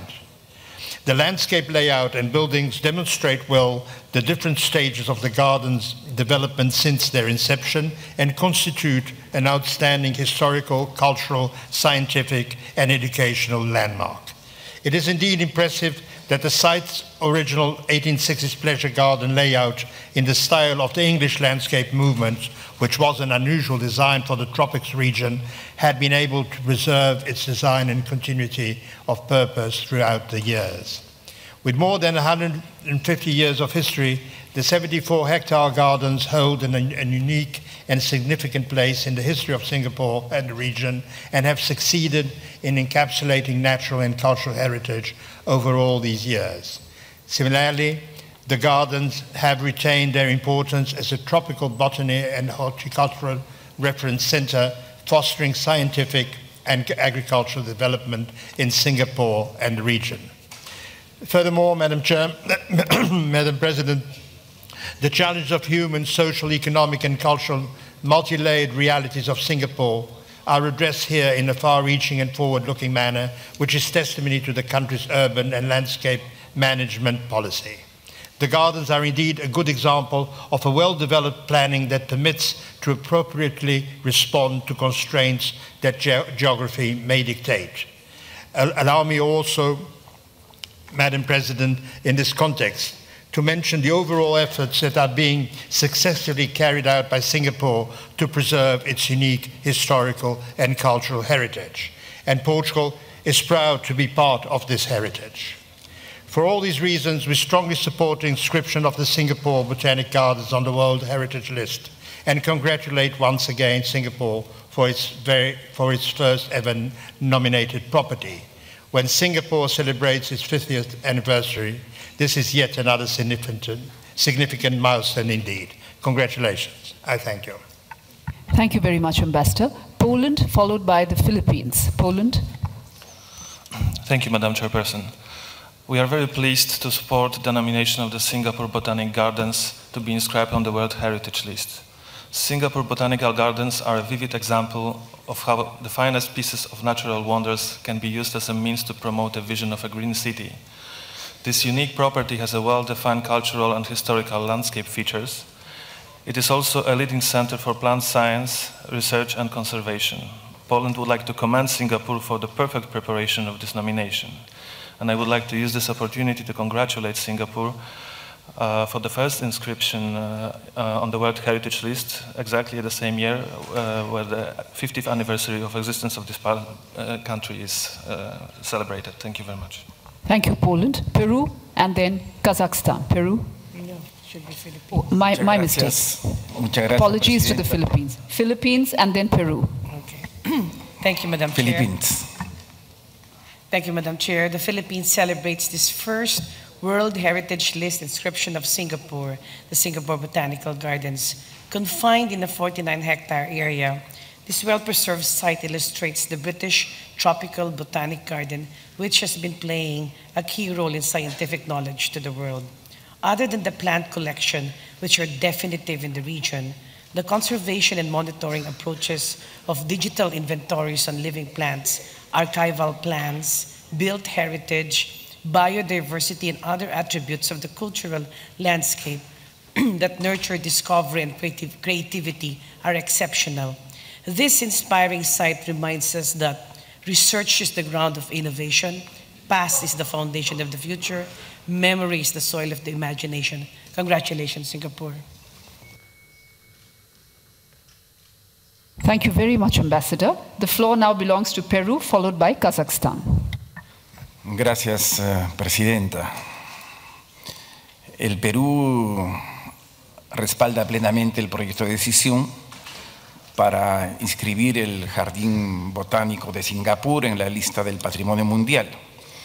Como lo ha señalado ICOMOS en su evaluación, se trata de un típico e histórico ejemplo de los jardines botánicos del siglo XIX, que tiene una continuidad desde 1859, fecha que se instaló en la época colonial.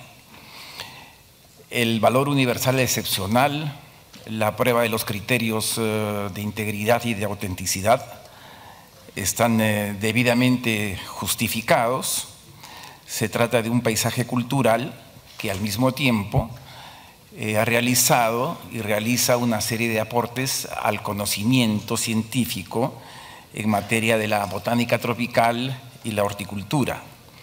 El Perú, al respaldar la nominación, hace suyas también las recomendaciones de ICOMOS para que el Estado parte pueda mejorar la protección en la zona de influencia del bien y para que se puedan desarrollar indicadores específicos para evaluar el impacto del turismo. El Perú realmente felicita a Singapur por esta importante nominación. Gracias, Presidenta. Thank you very much, Peru. Kazakhstan, the floor is yours, followed by Turkey. Thank you, Madam Chair. Singapore Botanic Gardens have been the center for the planet research in the Southeast Asia since 19th century and play a leading role in the exchange of ideas, knowledge, and expertise in tropical botany and the horticultural sciences. Kazakhstan delegation brings compliments and congratulations to Singapore for its scientific approach and every effort made to proper management of the site and preparation nomination dossier of the Singapore Botanic Gardens, which undoubtedly deserves to be included in the World Heritage List. Thank you. Thank you very much, Kazakhstan. Turkey, the floor is yours, followed by Japan. Thank you, Madam Chair. Obviously, Turkey supports inscription of this unique and wonderful site to the World Heritage List. We also highly encourage IUCN to have parallel engagement of this source of inspiration, which is already being used as a model by our authorities in preparation of the World Expo, which will take place in Turkey next year. I, along with a number of friends, over a year ago, have been privileged to attend a conference on conservation in Singapore, where we were able to see the sites in person. The remarkable commitment, the state of integrity of the site has overwhelmed all of us. This small state with the obligation of maximizing the use of every square centimeter of land is making a very generous contribution by creating the site. We believe Singapore will not only have its first site inscribed by the botanical gardens, but it will become a leader in this area that will inspire and lead all other interested parties and stakeholders who have similar sites. We congratulate the government of Singapore and everybody who has contributed in preparation of this wonderful site and nomination. Thank you, Madam Chair. Thank you to the Ambassador of Turkey, Japan and Vietnam in that order. Thank you, Madam. And Japan would fully support this nomination to be inscribed the World Heritage List. This botanic garden is very important to see the botanical or the diversity of the Southeast Asia area, where the plant hunters were active, even using monkeys to collect moss on the top of the trees. And also important in terms of the value that represents the exchange of culture and customs between the United Kingdom and Southeast Asia. Japan would like to celebrate the state party who has completed the simple and adequate nomination dossier in only 3 years after the ratification of the World Heritage Convention. Thank you, Madam. Thank you very much, Japan, Vietnam, and Algeria in that order. Thank you, Madam Chair. Vietnam fully support to inscribe Singapore Botanic Garden on the World Heritage List under criteria 2 and 4. We believe that it is an outstanding example of British tropical botanic garden, playing a leading role in the exchange of ideas, knowledge, and expertise in tropical botany and horticultural science in Southeast Asia and elsewhere. As garden is still situated at the heart of the city of Singapore, the threat of development is there. We encourage the state party to take measures to limit the height of new building in the buffer zone as recommended by ICOMOD. We believe that Singapore will be able to fulfill the commitment for its first World Heritage Site. Thank you, Madam Chair. Thank you very much, Vietnam. The last committee member to speak will be Algeria. Merci Madame la Présidente. La délégation algérienne félicite l'État partie pour l'excellent travail effectué pour l'inscription du bien jardin botanique de Singapour, un bien remarquable d'une beauté exceptionnelle et d'un parfait état de conservation qui force l'admiration. Merci Singapour d'offrir au monde ce premier bien et encore une fois félicitations. Merci Madame. Thank you very much, Algeria. And now I will turn to our 2 advisory bodies, the IUCN first, followed by ICOMOS. IUCN, you have the floor. Thank you, Chair. IUCN provided advice to ICOMOS on this cultural landscape nomination, and our advice is at page 89 of our evaluation book, and there was great interest in IUCN's network. I just want to underscore 2 points that were mentioned briefly by delegates in the debate. The first is that IUCN concluded, as was mentioned by Korea, that the ex situ conservation values of this property are certainly internationally important, and it is a site which is recognized as amongst the most important botanic gardens, both currently and historically in the world. The second key point in our conclusions are that the laws, regulations, institutions and community support for this site are a model for the protection and management of botanic gardens and of protected natural areas in urban settings. And with regard to the comment that was made by Turkey, such areas are of growing importance in the urbanizing world that we have, and we see very significant and important positive lessons from the way in which the Singapore Botanic Gardens are being managed that should be shared internationally. In summary, Madam Chair, our conclusions are very much coherent with the positive recommendations for inscription from ICOMOS, and we very much welcome those conclusions. Thank you, Madam Chair. Thank you very much, IUCN. I turn now to ICOMOS. Merci Madame la Présidente. Comme l'a souligné l'UICN, je souhaitais également rappeler que, et comme l'a rappelé l'honorable délégué de la Corée, je souhaitais mentionner que c'était un très bon exemple du dialogue qu'on avait eu avec l'UICN durant le processus d'évaluation, qui nous avait permis d'intégrer une recommandation dans les recommandations qu'on a faites, et notamment sur la politique de collection des végétaux vivants. Merci. Thank you very much, ICOMOS. Colleagues, everybody has spoken. The committee has spoken, the advisory bodies have spoken. There seems to be complete unanimity that this excellent site must quickly be inscribed. And with that, I turn to our rapporteur. Thank you, Madam Chairperson. In fact, I haven't received any amendment on this draft decision. Thank you. Thank you very much. And now I will move quickly to adopt draft decision 39-8B17. The Singapore Botanic Gardens are inscribed.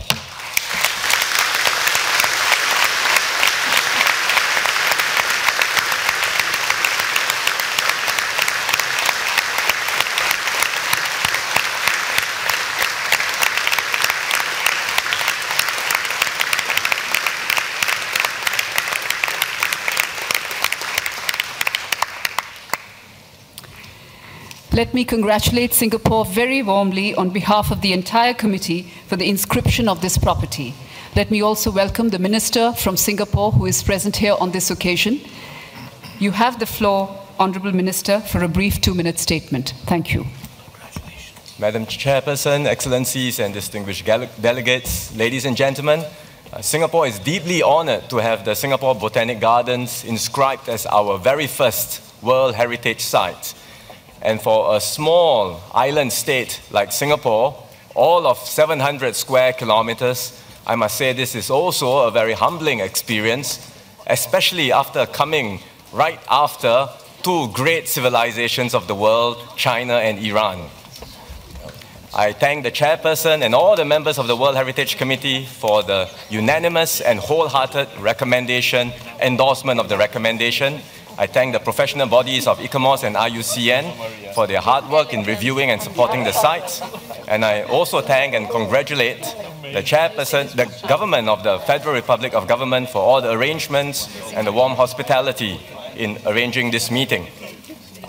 The gardens has always been well loved and cherished by all Singaporeans. And now we are very proud to have it recognized as a site worthy of exceptional value for humanity. And this inscription is especially meaningful for us as we celebrate our 50th year as an independent nation. So it is a wonderful golden jubilee present for the whole nation. It is also an accolade that will resonate deeply with Singaporeans as we come together this year to reflect on our heritage, our identity, and our place in the world.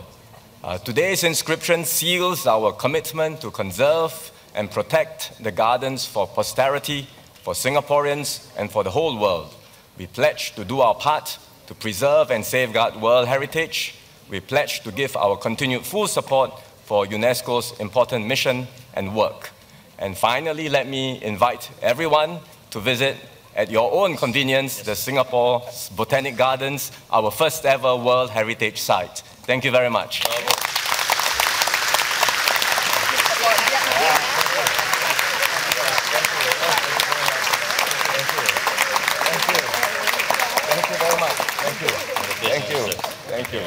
Thank you so much. My friend. And on that wonderful note, we turn now to the Republic of Korea, the Baekje Historical Areas, Draft Decision 39-8B16. I now invite ICOMOS to present this nomination, but before that, a word from Mr. Balsamo. Thank you, Madam Chair. We received a factual error notification concerning the evaluation of this nomination, which is to be found on page 73 of the English version on INF 8B4 and on page 80 of the French version. And let me remind also that this notification has also some impact on the proposed statement of OUV, which has been already integrated in the draft decision. Thank you, Madam Chair. Thank you very much, Mr. Balsamo. ICOMOS, the floor is yours. Thank you, Madam Chair. I'm presenting the ICOMOS evaluation of Baekje Historic Areas in Korea. The Baekje Historic Areas serial property comprises 8 archaeological sites located in the midwestern region of the Republic of Korea. They represent the later period of the Baekje Kingdom, during which there was a considerable interchange of values between China, Korea, and Japan. The 8 components fall into 3 geographical contexts relating to the 3 capital cities of the late period of the Pakche Kingdom and total an area of 135 hectares. The first 2 components, Khongsang-song and the royal tombs at Songsamni, relate to the Unjin capital, Kongju, which was built by the Pakche from 475 to 538, located 130 kilometers south of Seoul. The fortress is located on a hill beside the Kumkang River, outside the city, and the royal tombs, a little further south along the river. The Khongsang-song fortress enclosed the royal palace and other buildings within defensive walls built of stone and rammed earth. Apart from the defensive walls, the fortress contains the archaeological sites of the royal palace and the village of Song-An-Mon. The royal tombs in Song-Samni are located on the upper southeast ridgeline of a small hill and contain 2 types, stone chamber tombs with a corridor and brick chamber tombs. The most widely known of the royal tombs of Pakche is the tomb of King Budingyong and of his queen. In 538, the capital was moved again to Sabi, which is modern-day Puyo, 35 kilometers southwest of Kongju, where the next 4 site components are located. The first 2 of these are the archaeological site of Kwangbukli, Puso Sang-song Fortress, and Cheongnimsa Temple site. Excavations have revealed that the archaeological sites of Kwangbukli and the Puso Sang-song Fortress seen here comprise the royal Paris area, including a Buddhist temple site with remnants of earthen platforms edged in tiles. The Cheongnimsa temple site comprises a prayer hall and extant 5-story stone pagoda.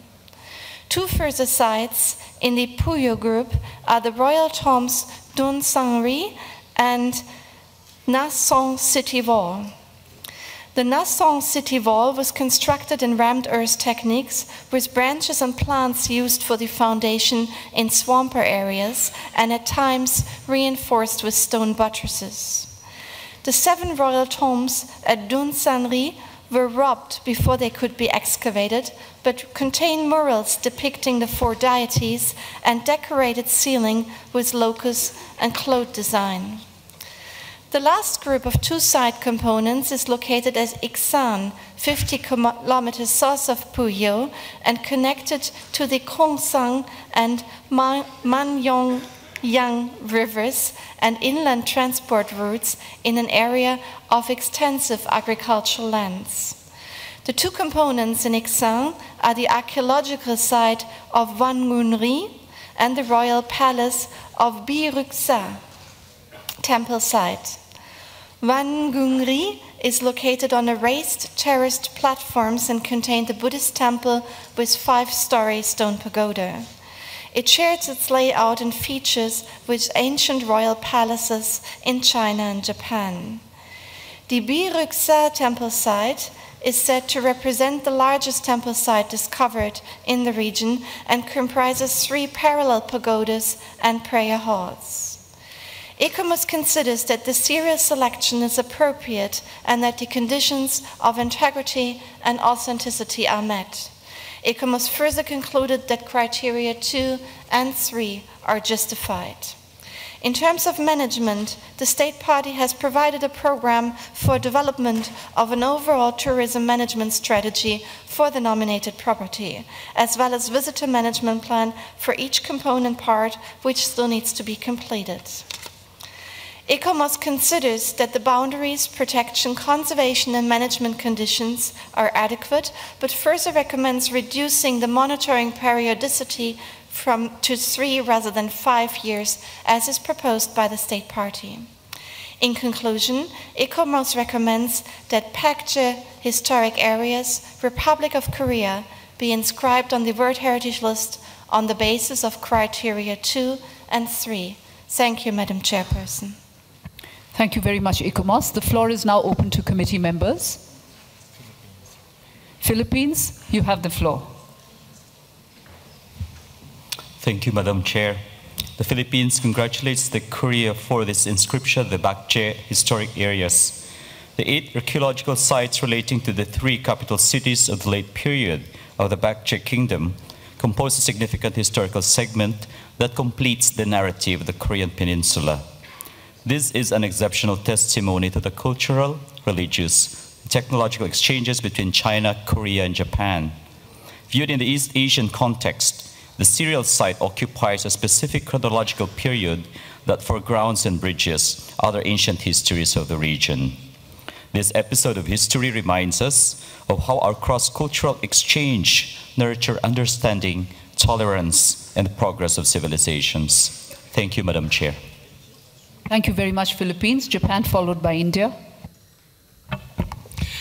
Japan will fully support this nomination to be inscribed into the World Heritage List and celebrate the state party who has made the long-term effort of archaeological research or management of the sites.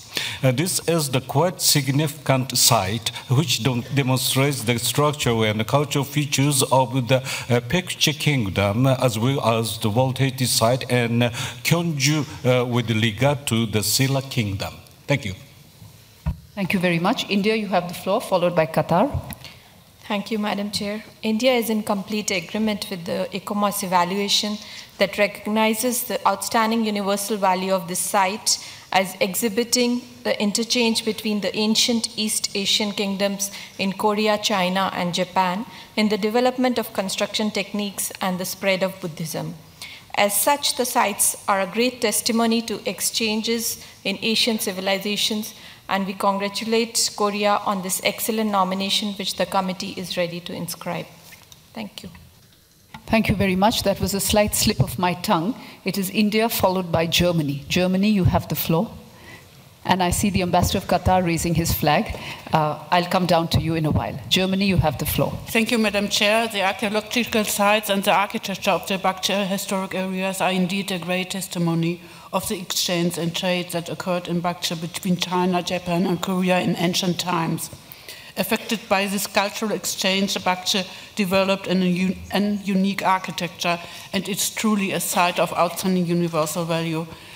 Germany endorses the inscription on the World Heritage List, and we like to congratulate the Republic of Korea for the 12th site on the World Heritage List. Thank you. Thank you very much, Germany. The floor belongs to Turkey, followed by Malaysia. Turkey.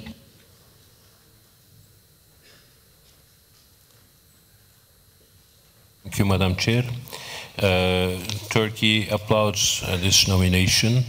The Baekje historic areas, comprising of 8 archaeological sites, testify to the excellent adoption by the Baekje of the Eastern civilization's principles of city planning, construction technology, religion, and arts. The refinement by the Baekje from the 5th to 7th centuries are the subsequent distribution of Japan and East Asia. The inspirational property and its components contain every element necessary to embody the value of unique international civilizational heritage. And we support the inscription and we commend the submitting state party. Thank you, Madam Chair. Thank you very much, Ambassador. The floor belongs to Malaysia and then Senegal. Thank you, Madam Chair. Malaysia delegation support this serial property inscription to the World Heritage List. And Malaysia is taking this opportunity to also congratulate the State Party of Republic of Korea for this inscription. And we commend the State Party of Republic of Korea for the relentless efforts and strong commitment in strengthening the building of its balanced sustainable development through the proper preservation of its cultural heritage and the creation of Korean values. and also to share this superb cultural property of Baekje historic areas with the world community. Thank you. Thank you very much, Malaysia. Senegal, followed by Colombia. Merci, Madame la Présidente. La délégation sénégalaise félicite l'État partie de la Corée pour ce bien qui a une forte signification historique pour le royaume de Baekje, mais également pour toute la région, le Japon et la Chine. Comme quoi les continuités culturelles ne connaissent pas de frontières.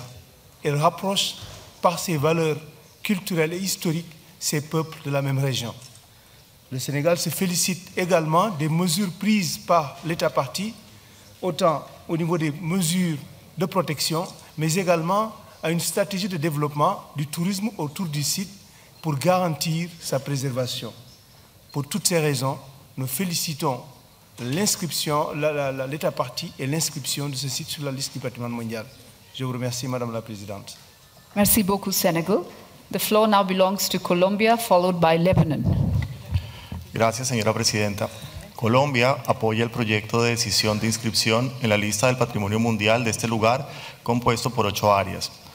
Queremos, asimismo, resaltar iniciativas adelantadas por el gobierno coreano para mantenerlo activo, como el Festival Cultural de Baekje, que es uno de los principales festivales de ese país, en donde no solo se incluye una ceremonia conmemorativa a la memoria de los 4 reyes Baekje, sino que se resaltan los principales valores históricos de la cultura de la nación Baekje, que se encuentran en la base de la cultura coreana. Este es un ejemplo notable de cómo vincular toda una comunidad con un sitio de invaluable significado cultural y mantener vivo el espíritu de la nación Baekje. Felicitamos al gobierno de Corea por esta inscripción y por la protección y el manejo que le ha dado a estos lugares. Gracias. Thank you very much, Colombia. Lebanon, you have the floor, followed by Portugal. Merci, Madame la Présidente. Les sites archéologiques des aires historiques de Baekje ont une importance universelle exceptionnelle, que ce soit au niveau des échanges entre les anciens royaumes d'Asie de l'Est, la diffusion du bouddhisme, mais également parce qu'ils apportent un témoignage exceptionnel et unique sur la culture, la religion et l'art du royaume de Baekje. Ce site remplit toutes les conditions, qu'elles soient d'après le rapport d'ICOMOS, conditions d'intégrité, d'authenticité, gestion, protection. Et donc, suivant le checklist établi par l'ICOMOS, il est clairement indiqué que ce site est dans la première ligne, catégorie inscription. Nous félicitons donc l'État partie de Corée pour l'inscription de ce site magnifique. Merci. Merci beaucoup, Lebanon. Portugal, you have the floor, followed by Vietnam. Thank you, Madam President. This is indeed a very solid dossier, and like others, we give our support for the serial property to be inscribed on the World Heritage List, and we congratulate Korea on this excellent nomination. The Baekje Kingdom left a legacy of its very rich culture in the areas where it once thrived, and we are pleased to note that the Baekje historic areas, which house the kingdom's capital, still serve as a center of cultural creativity. This well-prepared serial nomination is an exceptional testimony to the Baekje Kingdom and bears witness to the importance of interchanging values throughout the centuries. We noted that tourism management may be one of the main threats to the property. We encourage the state party to address it in a strategic and comprehensive manner by taking into consideration a sustainable development perspective that would guarantee the retention of the property's OUV. I thank you, Madam President. Thank you very much, Portugal. The floor belongs to Vietnam, followed by Kazakhstan. Thank you, Madam Chair. Vietnam delegation fully agree with evaluation of ICOMOS that Baekje historic area meet 3 pillars of outstanding universal value and believe that the site exhibits the interchange between the ancient East Asian kingdom in Korea, China, and Japan in the development of construction technique and spread of Buddhism. It contributes to forming an exceptional testimony to the unique culture, Renaissance and artistry of Kingdom of Baekje. Accordingly, Vietnam support to inscribe Baekje historic area on the World Heritage List. Congratulations to Korea. Thank you, Madam Chair. Thank you very much. Kazakhstan, you have the floor, followed by Jamaica. Thank you, Madam Chair. My delegation believes that the nominated property meets conditions of authenticity and integrity, as well as criteria of outstanding universal value. The management system for the overall serial property is adequate, but following ICOMOS recommendation in view of the main threats, tourism and forest fire, which could negatively affecting the property, welcomes the state parties advice that the management system and plans will be extended to include an overall tourism management strategy for the nominated property, as well as a visitor management plan for each component part. Having analyzed all accessible information, my delegation believes, with full respect to the expert opinion of advisory body, however, believes that Baekje historic areas should be inscribed in the World Heritage List on the basis of criteria 2, 3, and 4. And our congratulations to the Republic of Korea. Thank you. Thank you, Kazakhstan. Over to you, Jamaica. Thank you, Madam Chair. Jamaica commends and applauds the Republic of Korea for bringing this superb treasure to the attention of the World Heritage Committee. The Baekje historic area, with its royal palace, tombs, and temple sites, contains OUV that justify its inscription on the World Heritage List. Jamaica congratulates the state party and endorses the inscription of the site. Thank you, Madam Chair. Thank you very much. The Ambassador of Qatar now has the floor. Merci, Madame la Présidente. Je ne vais pas redire tout ce qui a été dit concernant ce site dont le OUV ne représente aucun doute. Je voudrais féliciter l'État partie, qui sont mes voisins dans la salle, pour le travail remarquable pour la constitution de ce dossier. Notre voix se joint aussi à toutes les voix dans la salle qui demandent l'inscription de ce site formidable. Merci beaucoup. Thank you very much, Qatar. The floor now belongs to Algeria and then Finland. Algeria. Merci, Madame la Présidente. La délégation algérienne soutient l'inscription du site aire historique de Baekje sur la liste du patrimoine mondial et félicite l'État partie pour l'excellent travail qui rend compte de la qualité de la coopération et des échanges pour la promotion et la mise en circulation des valeurs interculturelles régionales. Merci, Madame la Présidente. Thank you very much. Finland, you have the floor. Thank you, Madam Chair. Finland is in favor of including Baekje historic areas on the World Heritage List and would like to congratulate the State Party for this well-prepared nomination. The serial property is an important testimony to the later period of the Baekje Kingdom that is illustrating aspects testifying to the interchanges that evolved between Korea, China, and Japan during this period. As in the case of Susa, also this property contains urban historical and urban records of significance for future research projects that could shed more light on early stages of urban planning as well as other things. All this together justifies the property's inscription on the list. Thank you. Thank you very much, Finland. Croatia and then Poland. Thank you, Madam Chair. Croatian delegation would like to congratulate the Republic of Korea for this very well-prepared nomination. Baekje historic area and kingdom represent an important example of cultural and historical interchange in Eastern Asia. Croatia is welcoming this inscription. Thank you. Thank you very much. Poland. Thank you, Madam Chairperson. We would like to join previous speakers in supporting this nomination to being inscribed into the World Heritage List. And we would like at the same time to congratulate the Republic of Korea for this inscription and for the excellent preparation of the portfolio. Thank you. Thank you very much, Poland. All committee members have spoken. I turn now to our rapporteur. Thank you, Madam Chair. In fact, I haven't received any amendment on this draft decision. Thank you. Thank you very much. If that is the case, no amendments having been received and all committee members having spoken, I will move to adopt draft decision 39 Com 8B16. The decision is adopted.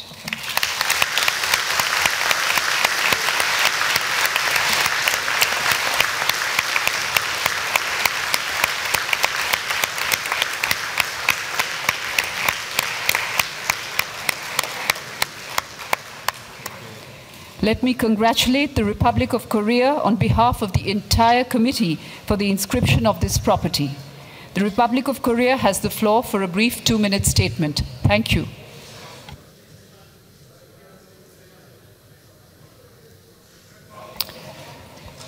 The Republic of Korea has the floor to make their statement.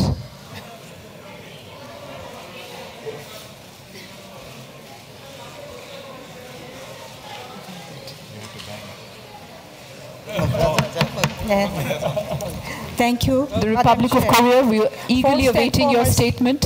On behalf of First and foremost, on behalf of the government and the people of the Republic of Korea, I would like to express my gratitude for all the interest and support the inscription of the Baekje historic areas on the World Heritage List has received. As administrator of the Cultural Heritage Administration, overseeing the preservation of both natural and cultural heritage in Korea, I would also like to convey my sincere appreciation to the World Heritage Center, ICOMOS, IUCN, ICROM, and all the distinguished delegates here today. Further, my gratitude goes out to Madam Maria Bierma, chairperson of the organizing committee, and everyone involved in the successful hosting of this meeting and the warm welcome we have enjoyed. The Baekje historic areas is a beautiful symbol of cultural exchange and communication, as are all the World Heritage Sites under the protection of UNESCO. The Republic of Korea will make every effort to follow the recommendation in the ICOMOS evaluation report and ensure that the outstanding value of the Baekje historic areas will be perfectly preserved as a beloved complement for our shared world heritage. I would like to introduce to you the governors of South Chungcheong Province and North Jeolla Province, the region where Baekje historic areas are located. They will work closely with our administration to fulfill our important mission. I kindly request Governors An Hee-jung and Song Ha-jin share with us some words on behalf of the citizens of these two provinces. Thank you very much. Merci.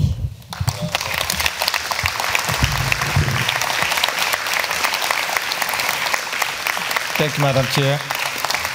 I'm Governor of South Chungcheong Province. I'm glad to join this meeting. With this opportunity, I would like to thank everyone of you for support for the inscription of the Baekje historic site as World Heritage today. I assured this UNESCO status of the cultural heritage from the Baekje Kingdom 1400 years ago will allow people of the world to appreciate the past, present, and future of Korea and the Northeast Asia. Chungcheongnam-do will continue its commitment for conservation of the Baekje historic site as heritage of humanity. Once again, thank you for the inscription of the Baekje historic site of the Republic of Korea as World Heritage. Thank you.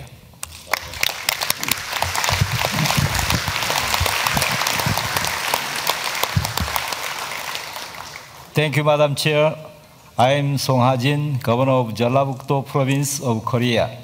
As Governor, I am honored to be here and share these unforgettable moments of the Baekje historic areas being inscribed as World Heritage. I would like to express my deepest gratitude to all those who have worked hard for the inscription. Jeollabuk-do Province will do our best to conserve and manage the outstanding universal value of the Baekje historic areas and hand it over to our next generation. I would like to warmly welcome you all to come and visit our site. Thank you very much. Thank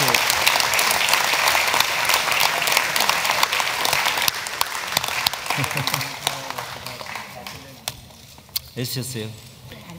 And from the Republic of Korea, we move to Mongolia, the Great Burkhan Khaldun Mountain and its surrounding sacred landscape, draft decision 39Com HB15. I will invite ICOMOS to present this nomination, but before that, a word from Mr. Balsamo. Thank you, Madam Chair. We received a factual notification on this nomination, which is to be found on page 57 of the English version of document INF 8B4 and on page 64 of the French version. Thank you, Madam Chair. Thank you very much, Mr. Balsamo. ICOMOS, you have the floor. Thank you, Madam Chair. I'd now like to present the ICOMOS evaluation of the Great Burkhan Khaldun Mountain and its surrounding sacred landscape. The Great Burkhan Khaldun Mountain and its landscape lie in the central part of the Khenti mountain chain that forms the watershed between the Arctic and Pacific Oceans in the northeast of Mongolia. This is where the vast Central Asian steppe meets the coniferous forests of the Siberian taiga. Burkhan Khaldun is associated with the worship of sacred mountains, rivers, ovos, these are shamanic rock cairns, in which ceremonies have been shaped by a fusion of ancient shamanic and Buddhist practices. Since the 1990s, after 60 years of repression, official support has been given for the revival of traditional practices of mountain worship. Burkhan Khaldun is also associated with Chinggis Khan as his reputed burial site, and more widely with his establishment of the Mongol Empire in the year 1206 before the present. It is one of the 4 sacred mountains he designated during his lifetime as part of the official status he gave to mountain worship. Burkhan Khaldun is also considered to be the cradle of Mongolian nationhood. In terms of categories of properties, this is a site. In terms of the operational guidelines, it is also a cultural landscape. The map shows the nominated property. Originally, this was for a serial property of 3 sites comprising the Great Burkhan Khaldun Mountain, the sacred Binda Mountain, and the Baldan Berivan Buddhist Monastery, which together were seen to reflect mountain worship, Buddhism, and pastoralism. Following dialogue with ICOMOS after our first panel meeting, the State Party proposed to reduce the nomination to a single site, that of the Great Burkhan Khaldun Mountain, and that's what you see here on the plan. The permanently snow-capped mountains of the Khan-Khenti range overlook the vast Eurasian steppe lands. Water running off these mountains feeds significant rivers flowing both to the north and south. High up are forests and lower down mountain steppe, while in the valley below are open grasslands dissected by rivers feeding swampy meadows. This is a remote landscape with high aesthetic qualities, high biodiversity, and little modern development.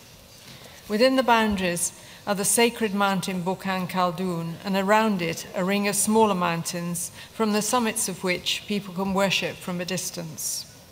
The mountain landscape includes such natural features as the sources of the major Onon and Kherlan rivers, lakes, rivers, hot springs, and areas which are home to rare and endangered animals and plants. The tradition of worshipping this mountain was formally established by Chinggis Khan in the 13th century. However, in the intervening centuries, tradition of mountain worship declined as Buddhism was adopted in the late 15th century, and there appears to have been a lack of continuity of traditions and associations.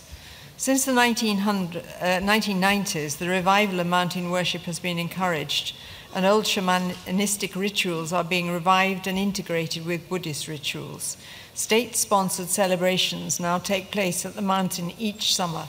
The sacredness of the mountain is strongly associated with its sense of isolation and its perceived pristine nature. Although this nature might not be related to how the landscape looked in Chinggis Khan's time, it is now an essential part of its sacred associations. The Great Bukhan Khaldun Mountain has few structures other than 3 major stone ovus or cairns that have become the focus of worship. The cairns were apparently destroyed in the 17th century but have now been reconstructed with timber posts. They are placed alongside paths connected to a pilgrim route that starts some 20 kilometers from the mountain at the threshold pass where there is the first major ovu. Pilgrims come on horseback from this pass to the second ovu, the large Belin ovu made of tree trunks and adorned with blue silk prayer scarves. After ceremonies at this ovu, the pilgrims move further up to the summit of the mountain. The main ovu of heaven at the summit is the main focus of the annual state-sponsored rituals. During the course of these rituals, access is allowed mainly to government officials, designated shamans, and Buddhist lamas. Although the official ceremonies are recent, they mostly depend upon ancient traditional rites reflecting shamanistic traditions going back long before the rise of the Mongol Empire. From the 16th century onwards, these gave way to Buddhist ones, but some Buddhist elements are also included in the performance. Not everyone can be a pilgrim, and many people worship the mountain from the tops of smaller peaks, some 30 to 40 kilometers away. The associations between Chinggis Khan, the founder of the Mongol Empire, and the Great Bukhan Khaldun Mountain are documented in historical sources, particularly the 13th century epic text, The Secret History of the Mongols.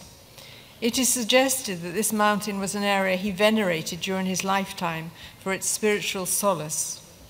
At the end of the 12th century, Genghis Khan formally established worship of the mountain, along with other sacred mountains in his empire.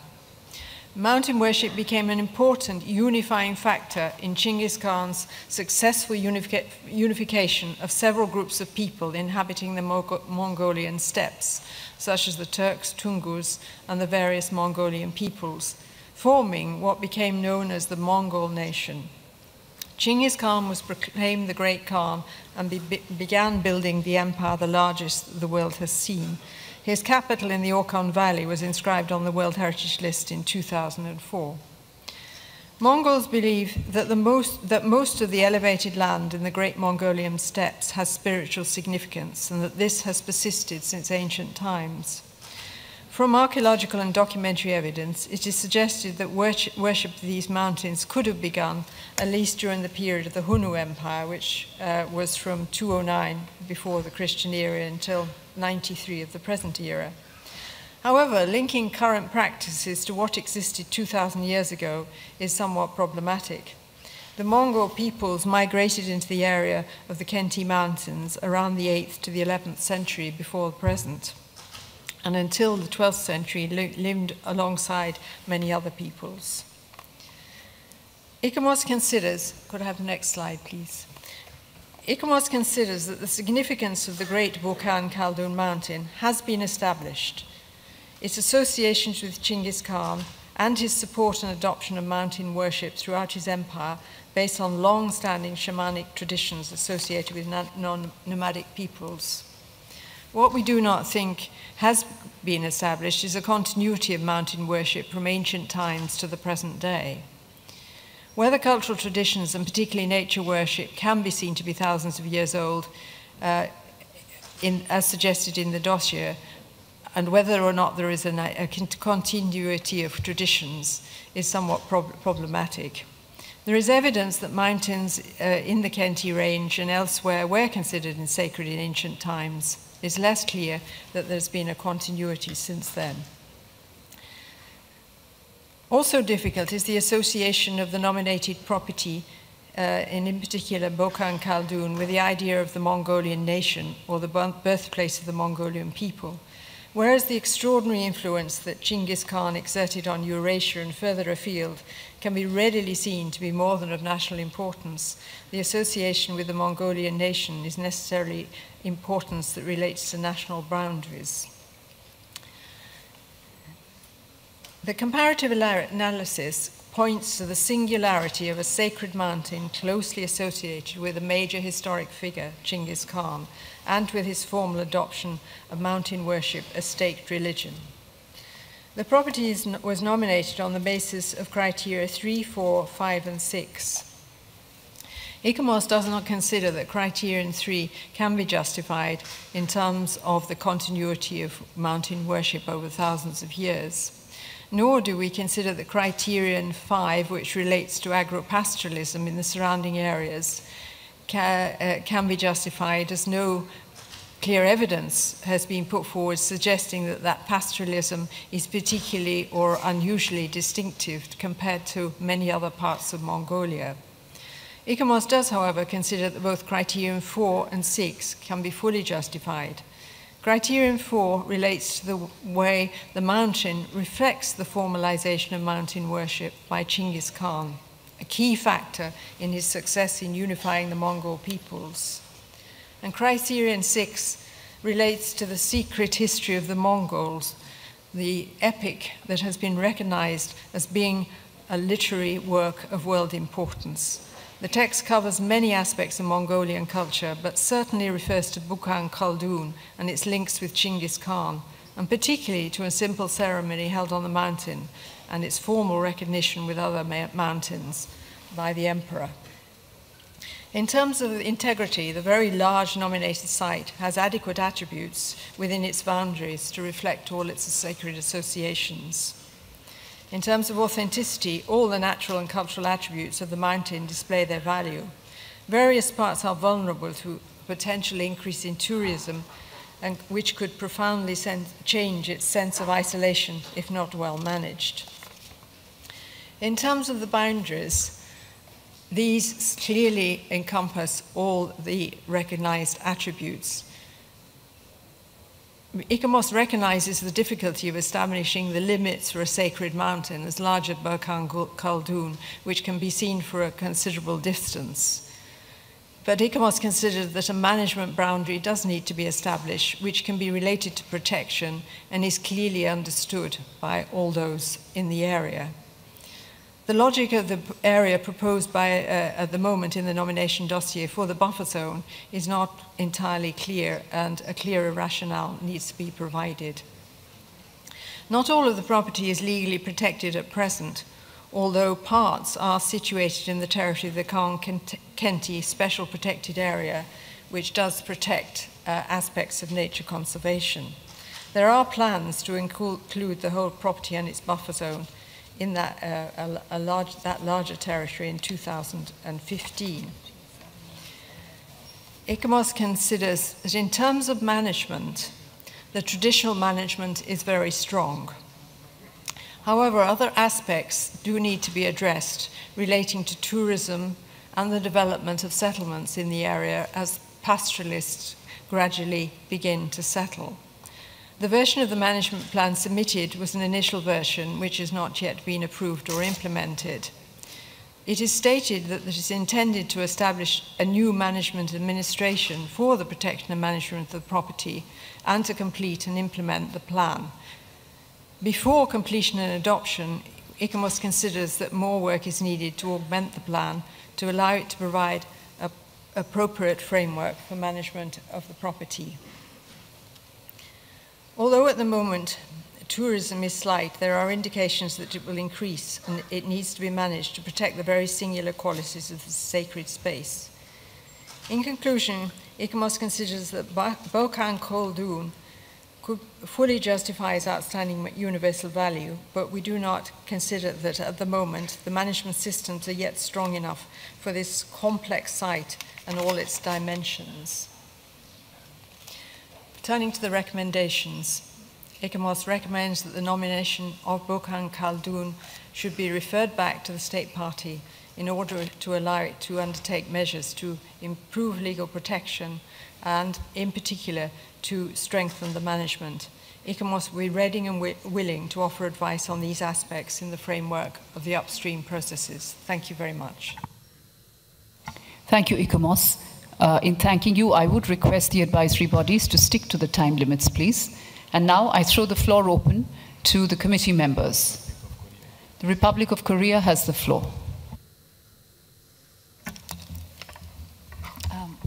Thank you, Madam Chair. The values of the Mongolian steppes and the sacredness of the great Burkhan Khaldun mountain are indeed present in the nomination, and we would like to commend both the hard work of Mongolia and of ICOMOS. I have just a couple of questions, one to ICOMOS and one to the State Party. ICOMOS pointed out the need to put in place legal protection for the nominated area that covers cultural as well as natural attributes.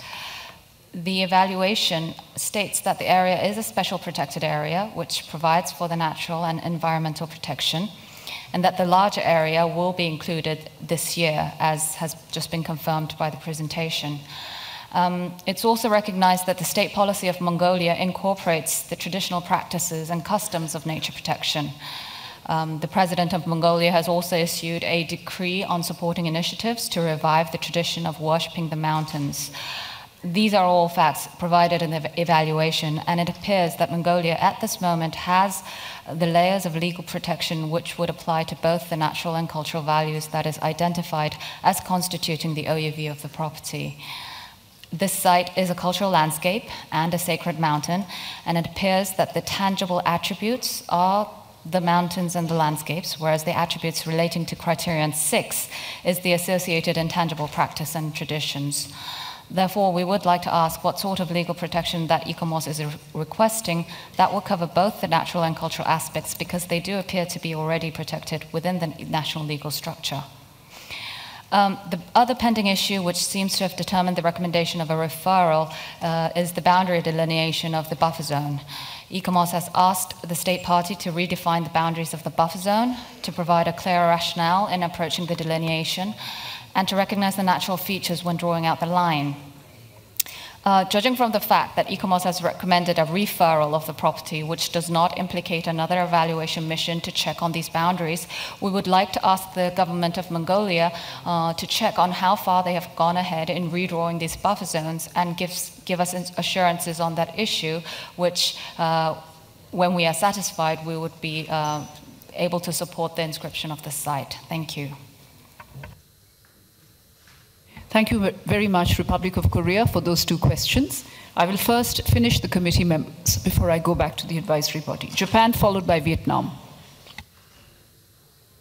The property is quite significant, which has continued to be the sacred place of the Mongolian people since at least the early 13th century, when the Mongol Empire has been founded.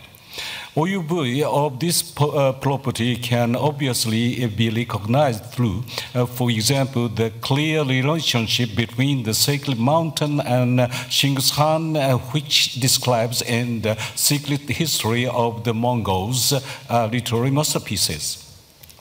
Carefully reading the nomination dossier and ICOMOS evaluation, the reason of referral comes from mainly two parts. One is the boundary of the property, and the other is protection scheme, especially on industrial development in the area.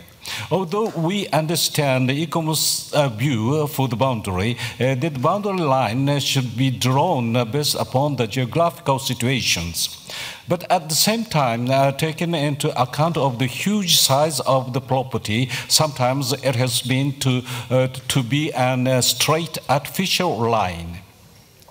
Our delegation feels that these homeworks can be properly conducted after inscription. Therefore, we suggest the inscription of this site. And concerning the archaeological survey, we believe it should be conducted as a long-term effort. But beforehand, we would like to ask about the reason to define the boundary of the property and the buffer zone. Second, we would like to know the time frame of completing and implementing the management plan and establishment of the overall management structure. Although we have to listen to this, we support the inscription of this nomination instead of referral. Thank you. Thank you, Japan, for your verdict and also for that question. to which ICOMOS will respond after we complete the list of committee members. We now turn to Vietnam, followed by Kazakhstan. Thank you, Madam Chair. Madam Chair, one procedural question first. I wish that the state party would be able to entertain the specific question before we continue the debate, because that may help us to change the course of our reflection. So that is very important. Instead of debating without having enough knowledge, and at the end you give the state party the right to speech, which at the next step we cannot change. So that is my suggestion. I know that it has been discussed at the moment at the working group, but I still raise that. That's number one. Number two, I have two specific questions concerning this nomination to ICOMOS and State Party.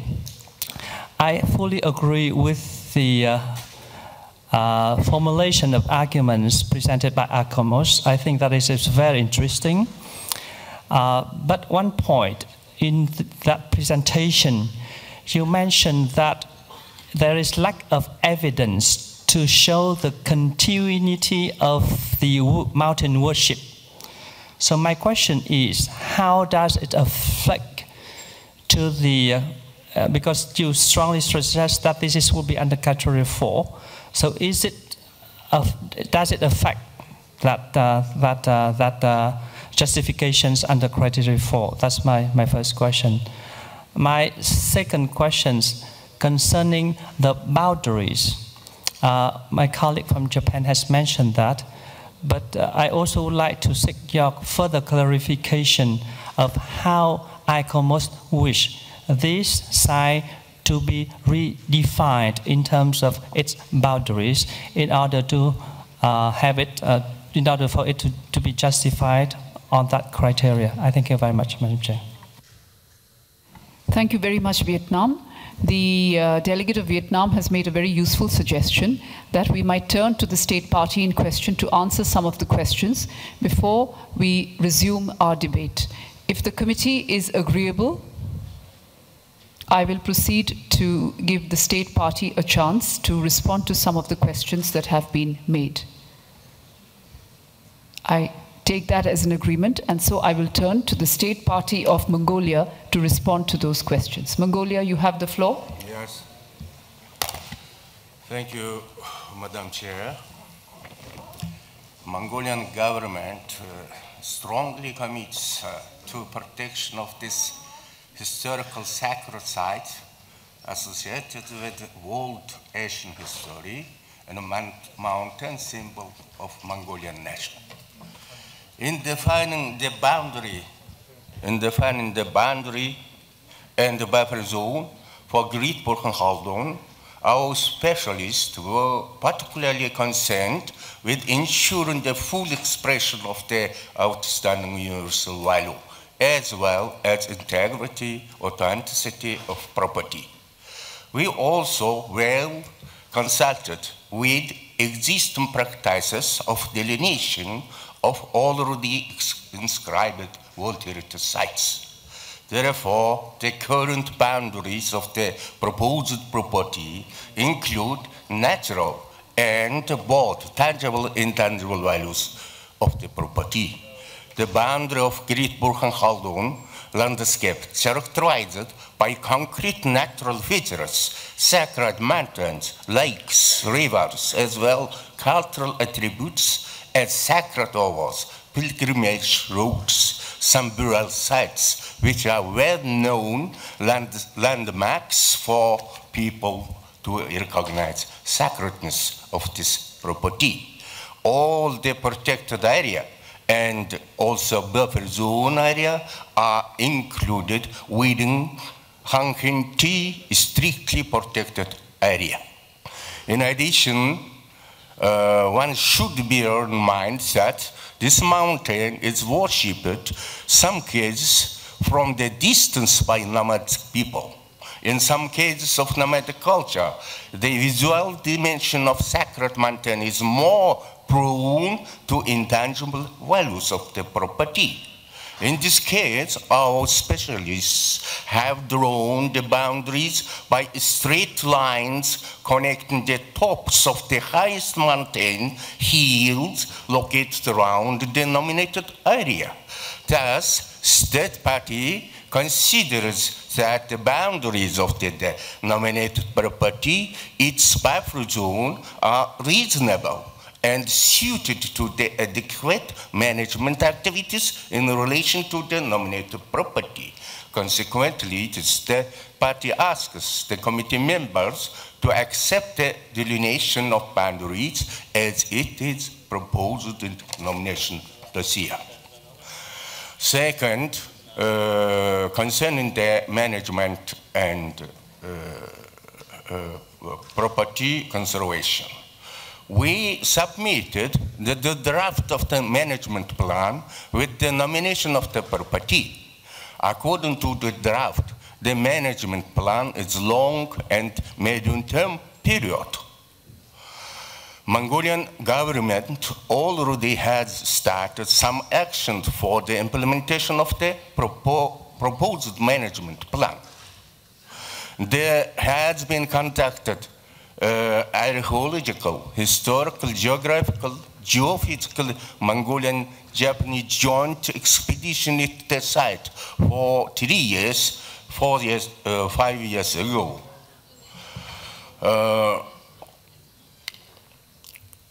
The very first implication of the inscription of this property to World Heritage List would be facilitated in the adoption of appropriate legal environment, enhancing the property's new legal status, the implementation of new management plan, the establishment of also overall management structure, including management administration of the World Heritage Site.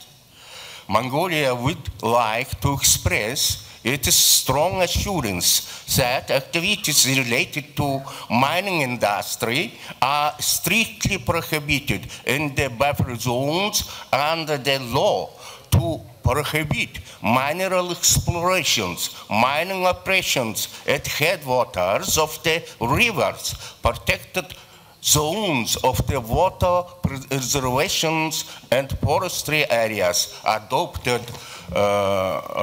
2015, and also as well as the law on protecting cultural heritage adopted in 2014. Thank you very much, Madam Chair.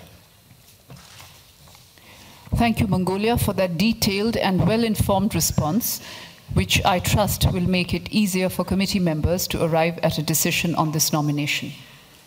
I turn now to Kazakhstan and Poland in that order. Thank you, Madam Chair. As a representative of Central Asia, we deeply feel the importance of this nomination. Burhan Khaldun Mountain was described in the Secret History of Mongols, or Yuanchao Bishi, a Chinese transliteration, in 13th century as a sacred place, and indeed still it is. Having listened to the ICAMO's comprehensive presentation, we get clear understanding of some technical characteristics of the nomination. And we refer also to the report of the State Party. In our view, the integrity and the authenticity of the property are in place. Legal protection, as well as protection and management in general, are adequate, and moreover guaranteed by State Party, as we have heard, as we can find also in presented factual areas, document to establish the proposed new administration responsible for this site, but need to be. It is also important to underscore that new law on protection of cultural heritage, which included new articles devoted to heritage safeguarding, was recently adopted by the Mongolian parliament. And we have to encourage the State Party in its efforts to preserve and promote its heritage and continue intensive collaboration in this respect. Madam Chair, if there is a consensus, we support inscription of Burhan Khaldun property by criteria 3 as a sacred place for nature worship which is thousands of years old. 4, as a place which is in close association with great Genghis Khan. And 6, as property, which is directly associated with the secret history of the Mongols. Thank you, Madam Chair. Thank you very much, Kazakhstan. The floor now belongs to Poland, followed by India. Thank you very much, Madam Chair. At this stage of discussion, I would like to thank very much the State Party for very useful clarification. Thank you. Thank you, Poland. India? Thank you, Madam Chair. It is clear that the OUV of the property is defined and its attributes of authenticity and integrity are well maintained. ECOMOS has accepted criteria 4 and 6, which are sufficient for the purposes of inscription. And there were concerns of ECOMOS regarding the boundary delineation as well as the management of the property, which I think are very well answered by the State Party. And I would also like to emphasize on the point that ECOMOS mentioned in its presentation that the traditional management of the property is very strong. And I believe that in properties such as these, which have sacred spaces and inscribed on criteria 6, we really need to endorse more of traditional management systems rather than impose alien management systems.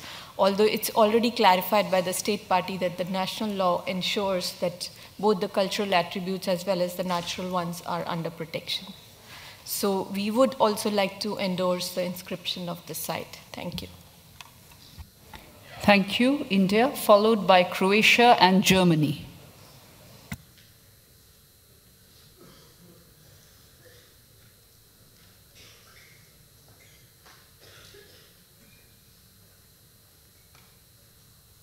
Croatia, you have the floor. Thank you, Madam Chair. Croatia thinks that the site of the Great Burkan Kaldun Mountain that represents the valuable not only landscape but the intangible heritage associated to historic Genghis Khan.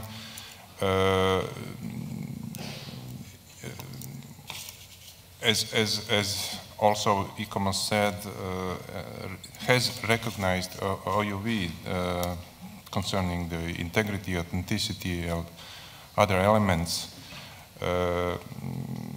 Only the shortcomings of the boundaries we had seen as a problem, but after the explanation of the State Party, we are convinced that the boundaries are sufficient to protect and preserve the OUV. Therefore, and concerning the other minor shortcomings of the legal protection and management, we think that the immediate inscription can only accelerate the fulfillment of these recommendations. Therefore, we also suggest the inscription at this session. Thank you. Thank you, Croatia. Germany, you have the floor, followed by Lebanon. Thank you, Madam Chair. We are pleased to hear from the State Party that the legal protection is in place and that especially no mining or extractive industry will be permitted within the nominated property. Therefore, we can go along with the proposal made by India and Croatia. Thank you, Germany. There seems to be a growing consensus for inscription. Let's turn now to Lebanon and Jamaica for their views. Thank you, Madam Chair. In fact, we endorse what has been said, mainly after the statement of the distinguished representative of the State Party. We were concerned by the management plan. I think they committed themselves. Thank you very much. Thank you very much, Lebanon. Jamaica and then Turkey. Thank you, Madam Chair. We are struck by the quality of this cultural site put forward by Mongolia. The Great Burkan Kaldun Mountains' proposed outstanding universal value is rooted, among other areas, in traditions of worship of sacred mountains and sites, and importantly represents the foundation of Mongolians' nationhood. We note the challenges associated with the site and appreciated hearing from the State Party how they would deal with the overall management structure for the property. the issue of redefining the boundaries of the site and conservation programs for the property. And we also note legal protection. It is our view that there is merit for an inscription. However, it is on the premise that these critical areas can be adequately addressed in a timely manner. Thank you, Madam Chair. Thank you, Jamaica. Turkey, followed by Senegal. Thank you, Madam Chair. Before they melted the Iron Mountain and started galloping westwards, my great ancestors must have been also galloping their horses in those endless pastures and worshipping the sacred mountain. My experts and my delegation, we have no doubt on the outstanding universal value of the Burkhan Khaldun mountain and its surroundings. This sacred landscape is definitely worthwhile to become the common heritage of the world. The site definitely represents a unique shamanic version, indigenous and special. Criteria 3, 4, and 6 are justified. We also agree with the advisory body that the criteria 5 may not be as per or as strong as the other 3. Having carefully listened to the statement of the Mongolian delegate, Turkey also considering the legislation of the Mongolian parliament on suspension of all mining activities and on protection, when Turkey is convinced that the commitment of Mongolia is worth to be rewarded by inscription. Thank you, Madam Chair. Thank you, Turkey. Turning now to Senegal and Algeria. Merci, Madame la Présidente. Je pense qu'après avoir écouté le représentant de l'État parti, les choses sont assez claires maintenant, elles sont même très claires. Étant entendu que la VUE nous est confirmée, bien établie, nous pensons que toutes les réserves sont levées et qu'on peut envisager l'inscription de ce site sans trop de réserves, y compris d'ailleurs sur le plan archéologique, parce que nous pensons que les réserves soulevées par l'ICOMOS sont simplement factuelles, étant entendu que la recherche archéologique, ethnologique et autres, ça ne s'arrête jamais, ça accompagne toute la vie du site. Donc nous proposons le classement. Thank you very much, Senegal. Algeria, Philippines, Malaysia, in that order. Merci, Madame la Présidente. Le rapport présenté par ICOMOS sur la grande montagne Burkhan Khaldun et son paysage sacré environnant valide les éléments fondamentaux de la valeur universelle exceptionnelle. Les réserves de l'ICOMOS reposent sur des appréhensions futures concernant une augmentation du flux touristique, d'éventuelles activités minières, de renforcement de la protection légale spécifique aux aspects culturels du paysage et de la redéfinition des limites. Après avoir entendu l'État partie, les réserves de l'ICOMOS ne devraient plus constituer un préalable, notamment en vertu du caractère excentré du bien et de sa faible fréquentation pour le moment. S'agissant de la redéfinition des délimitations, l'État partie vient de nous expliquer qu'elles ont été déterminées sur la base d'une signification religieuse et socio-culturelle dont il faut tenir compte. Pour toutes ces raisons, Madame la Présidente, nous souscrivons à l'inscription de ce site sur la liste du patrimoine mondial. Merci, Madame la Présidente. Merci beaucoup, Algérie.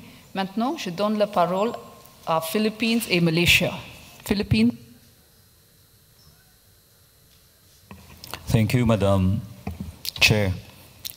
The great Burkhan Khaldun mountain is the home of Genghis Khan, the Mongol adventurer and conqueror who fired the imagination of the world and defined the history of Asia.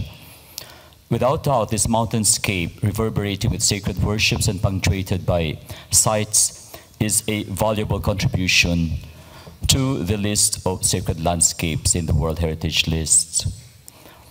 There were concerns raised regarding the areas of definition of boundaries and the improvement of the management system. In particular, the state party was advised to consider added additional archaeological sites on the slopes and the long views of the mountain. I find the long views of the mountain bounded quite problematic. In fact, protection was expressed as operationalized by a management system wherein the traditional management processes are well integrated and are very, very strong. The values are apparent, but the journey of this conservation of site is long, and therefore there are many more battles to be fought.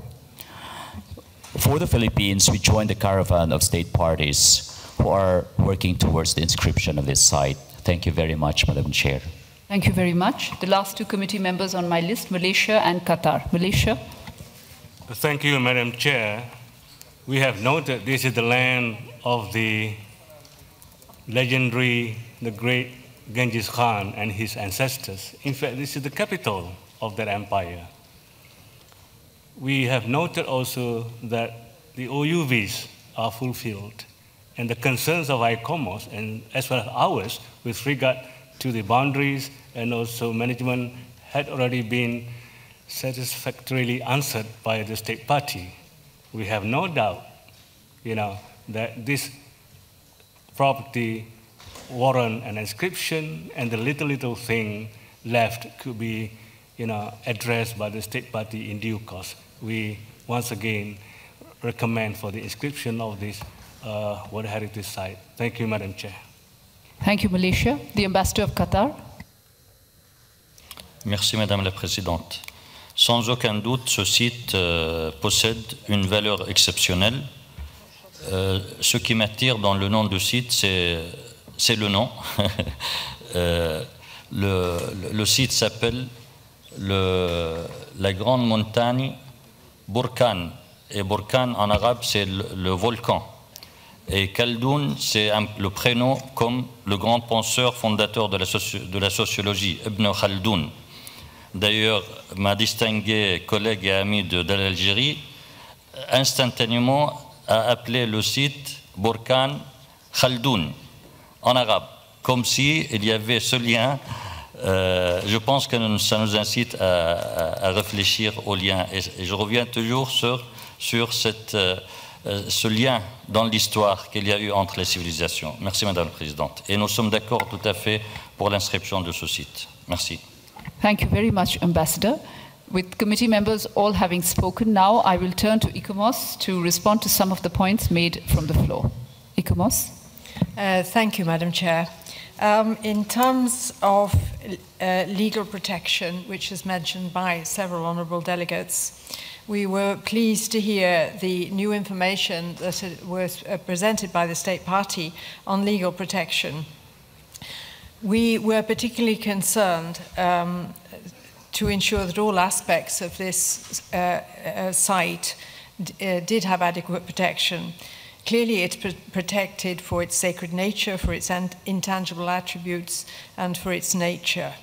What we were also concerned to ensure was that we had adequate legal protection in place to constrain development in the future, and in particular infrastructure, mining, as well as tourism development, roads, this sort of thing.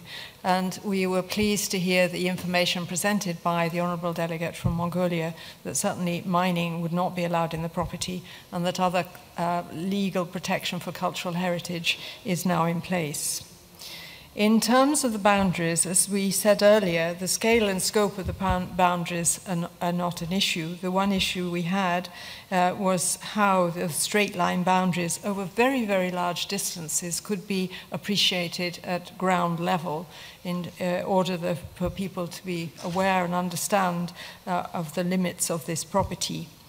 We would like to, we understand the rationale for the boundaries linking the summits of the smaller mountains that surround Burkan Khaldoun, but nevertheless we did consider that some sort of way of identifying the boundaries at ground level were necessary. And if this could still be done in some way, that would clearly be beneficial. The other issue that was raised was the issue of management Clearly, the traditional management is very strong, but again, we were looking for complementary management to traditional management that could cope with development pressures of one sort or another. And it was reassuring to hear from the state party that there is a commitment to approve and implement the management plan and to put in place a management structure to look at these other issues as complementary to the traditional management side. The third point that was raised was the issue of the relevance of criterion 3. And several delegates have expressed support for this criteria being used, as well as the two that ICOMOS considered had been met, which was 4 and 6. The issue we had with criterion 3 was in relation to how Burkhan Khaldun can be seen as an exemplar of mountain worship that had persisted over many, many centuries.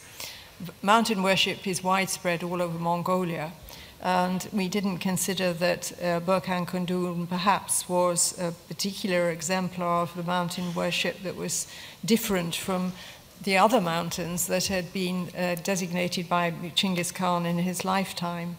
But if the will of the committee is to include criterion 3 within the outstanding universal value, ICOMOS considers it would be helpful to have a clear understanding of how this could be framed. Finally, if this property is inscribed, as seems to be the will of the committee, ICOMOS would like to suggest that it would be very helpful if at some point in the future the state party might report back to the committee so we have a formal recognition of the various extra measures that will be put in place. Thank you. Thank you, ICOMOS. And meantime, as you just mentioned, the state party in question has clarified some of the points raised by Vietnam in particular and some of the other committee members, and there seems to be unanimity that this property might move towards an inscription. And with that, I will turn to our rapporteur. Thank you, Mrs. Chairperson. In fact, we haven't received any written amendment, but we noticed that there's the unanimity of the World Heritage Committee members to inscribe this, the Great Burkhan Khaldun mountain and sacred environment on the World Heritage list. But, thank you. Thank you. Just one amendment by the World Heritage Committee reflected in para 2 on your screens. And if the committee is in agreement,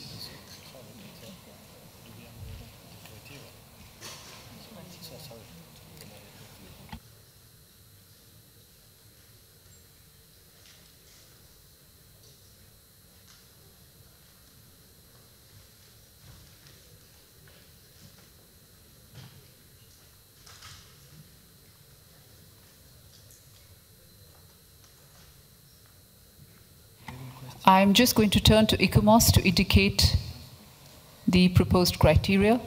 ICOMOS, brief response. Thank you, Madam Chair. ICOMOS's recommendation was that the property met criterion 4 and criterion 6. Thank you, ICOMOS. And that is being reflected on our screens up in front of you. And ICOMOS, it is presumed that, that you have the provisional statement of outstanding universal value. Is that presumption correct? We have a provisional statement of outstanding universal value, which the management and protection section will, of course, have to be discussed with the state party. Thank you for that clarification. And so I was moving towards a decision, but Vietnam wants to take the floor. You have the floor. Thank you, Madam Chair. Very brief, Madam Chair. My delegation supports the proposal made forward by ICOMOS. And at this stage, I think that criteria 3, perhaps that for the state party to make another renomination next time. Thank you very much, Madam Chair. Thank you, Vietnam, and okay to that.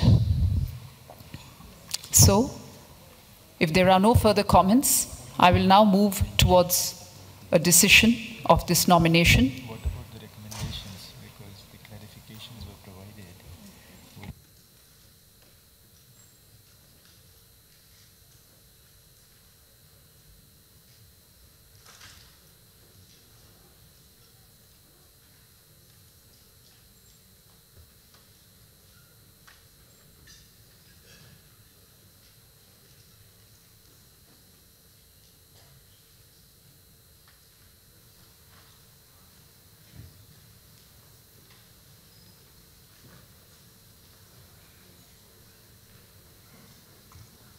there was a quick discussion here on how best to reflect the aspect mentioned by ICOMOS.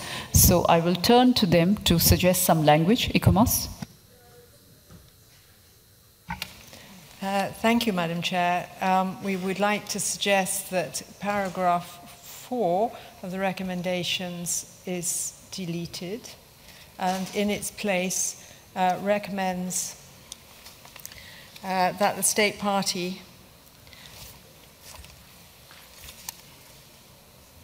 provides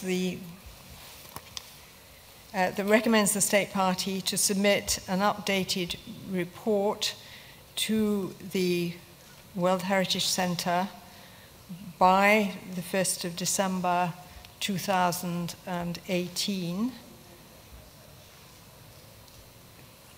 to provide information on the implementation of these recommendations for examination by the World Heritage Committee at its, I don't know which session it is, in 43rd session in 2019.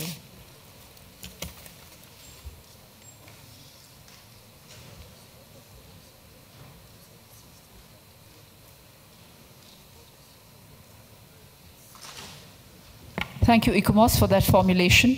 And it is up in front of you. I trust that meets the requirement. It's the 42nd session, so a slight edit there. And I think this reflects the wish and will of the World Heritage Committee. So with that amendment, rather with those amendments, I will now move to adoption of draft decision 39 8B15. Jamaica, you've asked for the floor. Thank you, Madam Chair. You have two 2018s in there. A report by December 2018 and for it to be presented in 2018. Oh, it was corrected. Okay. Thanks. Right. Okay, thank you. Yeah. Thank you, Madam Chair. Thank you. Thank you. Thank you for that, Jamaica. So, with all of those changes up on the screen, I take it that that the committee is satisfied. I do not see a contrary view, and hence I will move to adoption of draft decision 39 8B15 as amended. Adopted.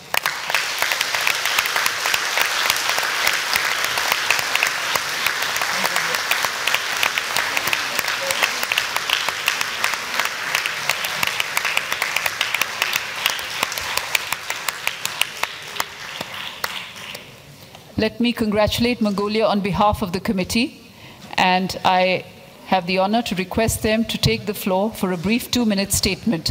Thank you, Mongolia.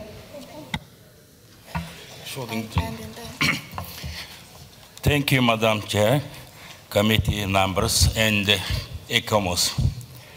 First of all, I want to express my deepest appreciation to the committee members for supporting the instruction of the inscription of the great sacred Burkhan Khaldun mountain to the World Heritage List. The inscription comprehends the outstanding universal value of this sacred site, essential state with the vital historical event being Asian and world history and its contribution to the cultural heritage of humanity. Before we pull innovation that Mongols should undertake activities to safeguard and to protect this sacred landscape for the windfall of future generation. Hereby, on behalf of the government of Mongolia, I am expressing our utmost commitment to pooling the recommendations given by ICOMOS and conservation of the property and its outstanding universal value through providing with adequate legal environment the implementation of the managed plan and the explicitment of the management administration structure. Thank you very much. Thank you very much, Mongolia, and congratulations again. And with that, we break for lunch, but not before some announcements from the Secretariat.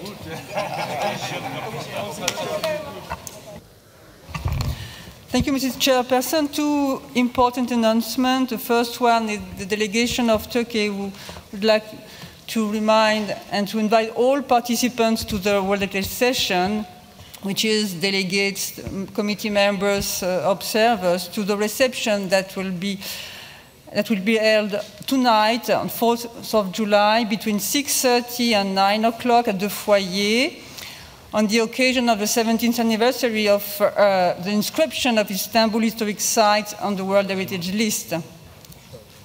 The second important announcement is coming from the chairperson of the budget group. The chairperson of the budget group will be available at 2 p.m. at the Berlin room. And speaking of when it comes to side events, of course the list will be displayed on the screen, but just some quick resume of the different side events. The first one is the benefits of natural World Heritage sites, which will be held on the small hall from 1:15 to 2:45. If we can have the side event list on the screen.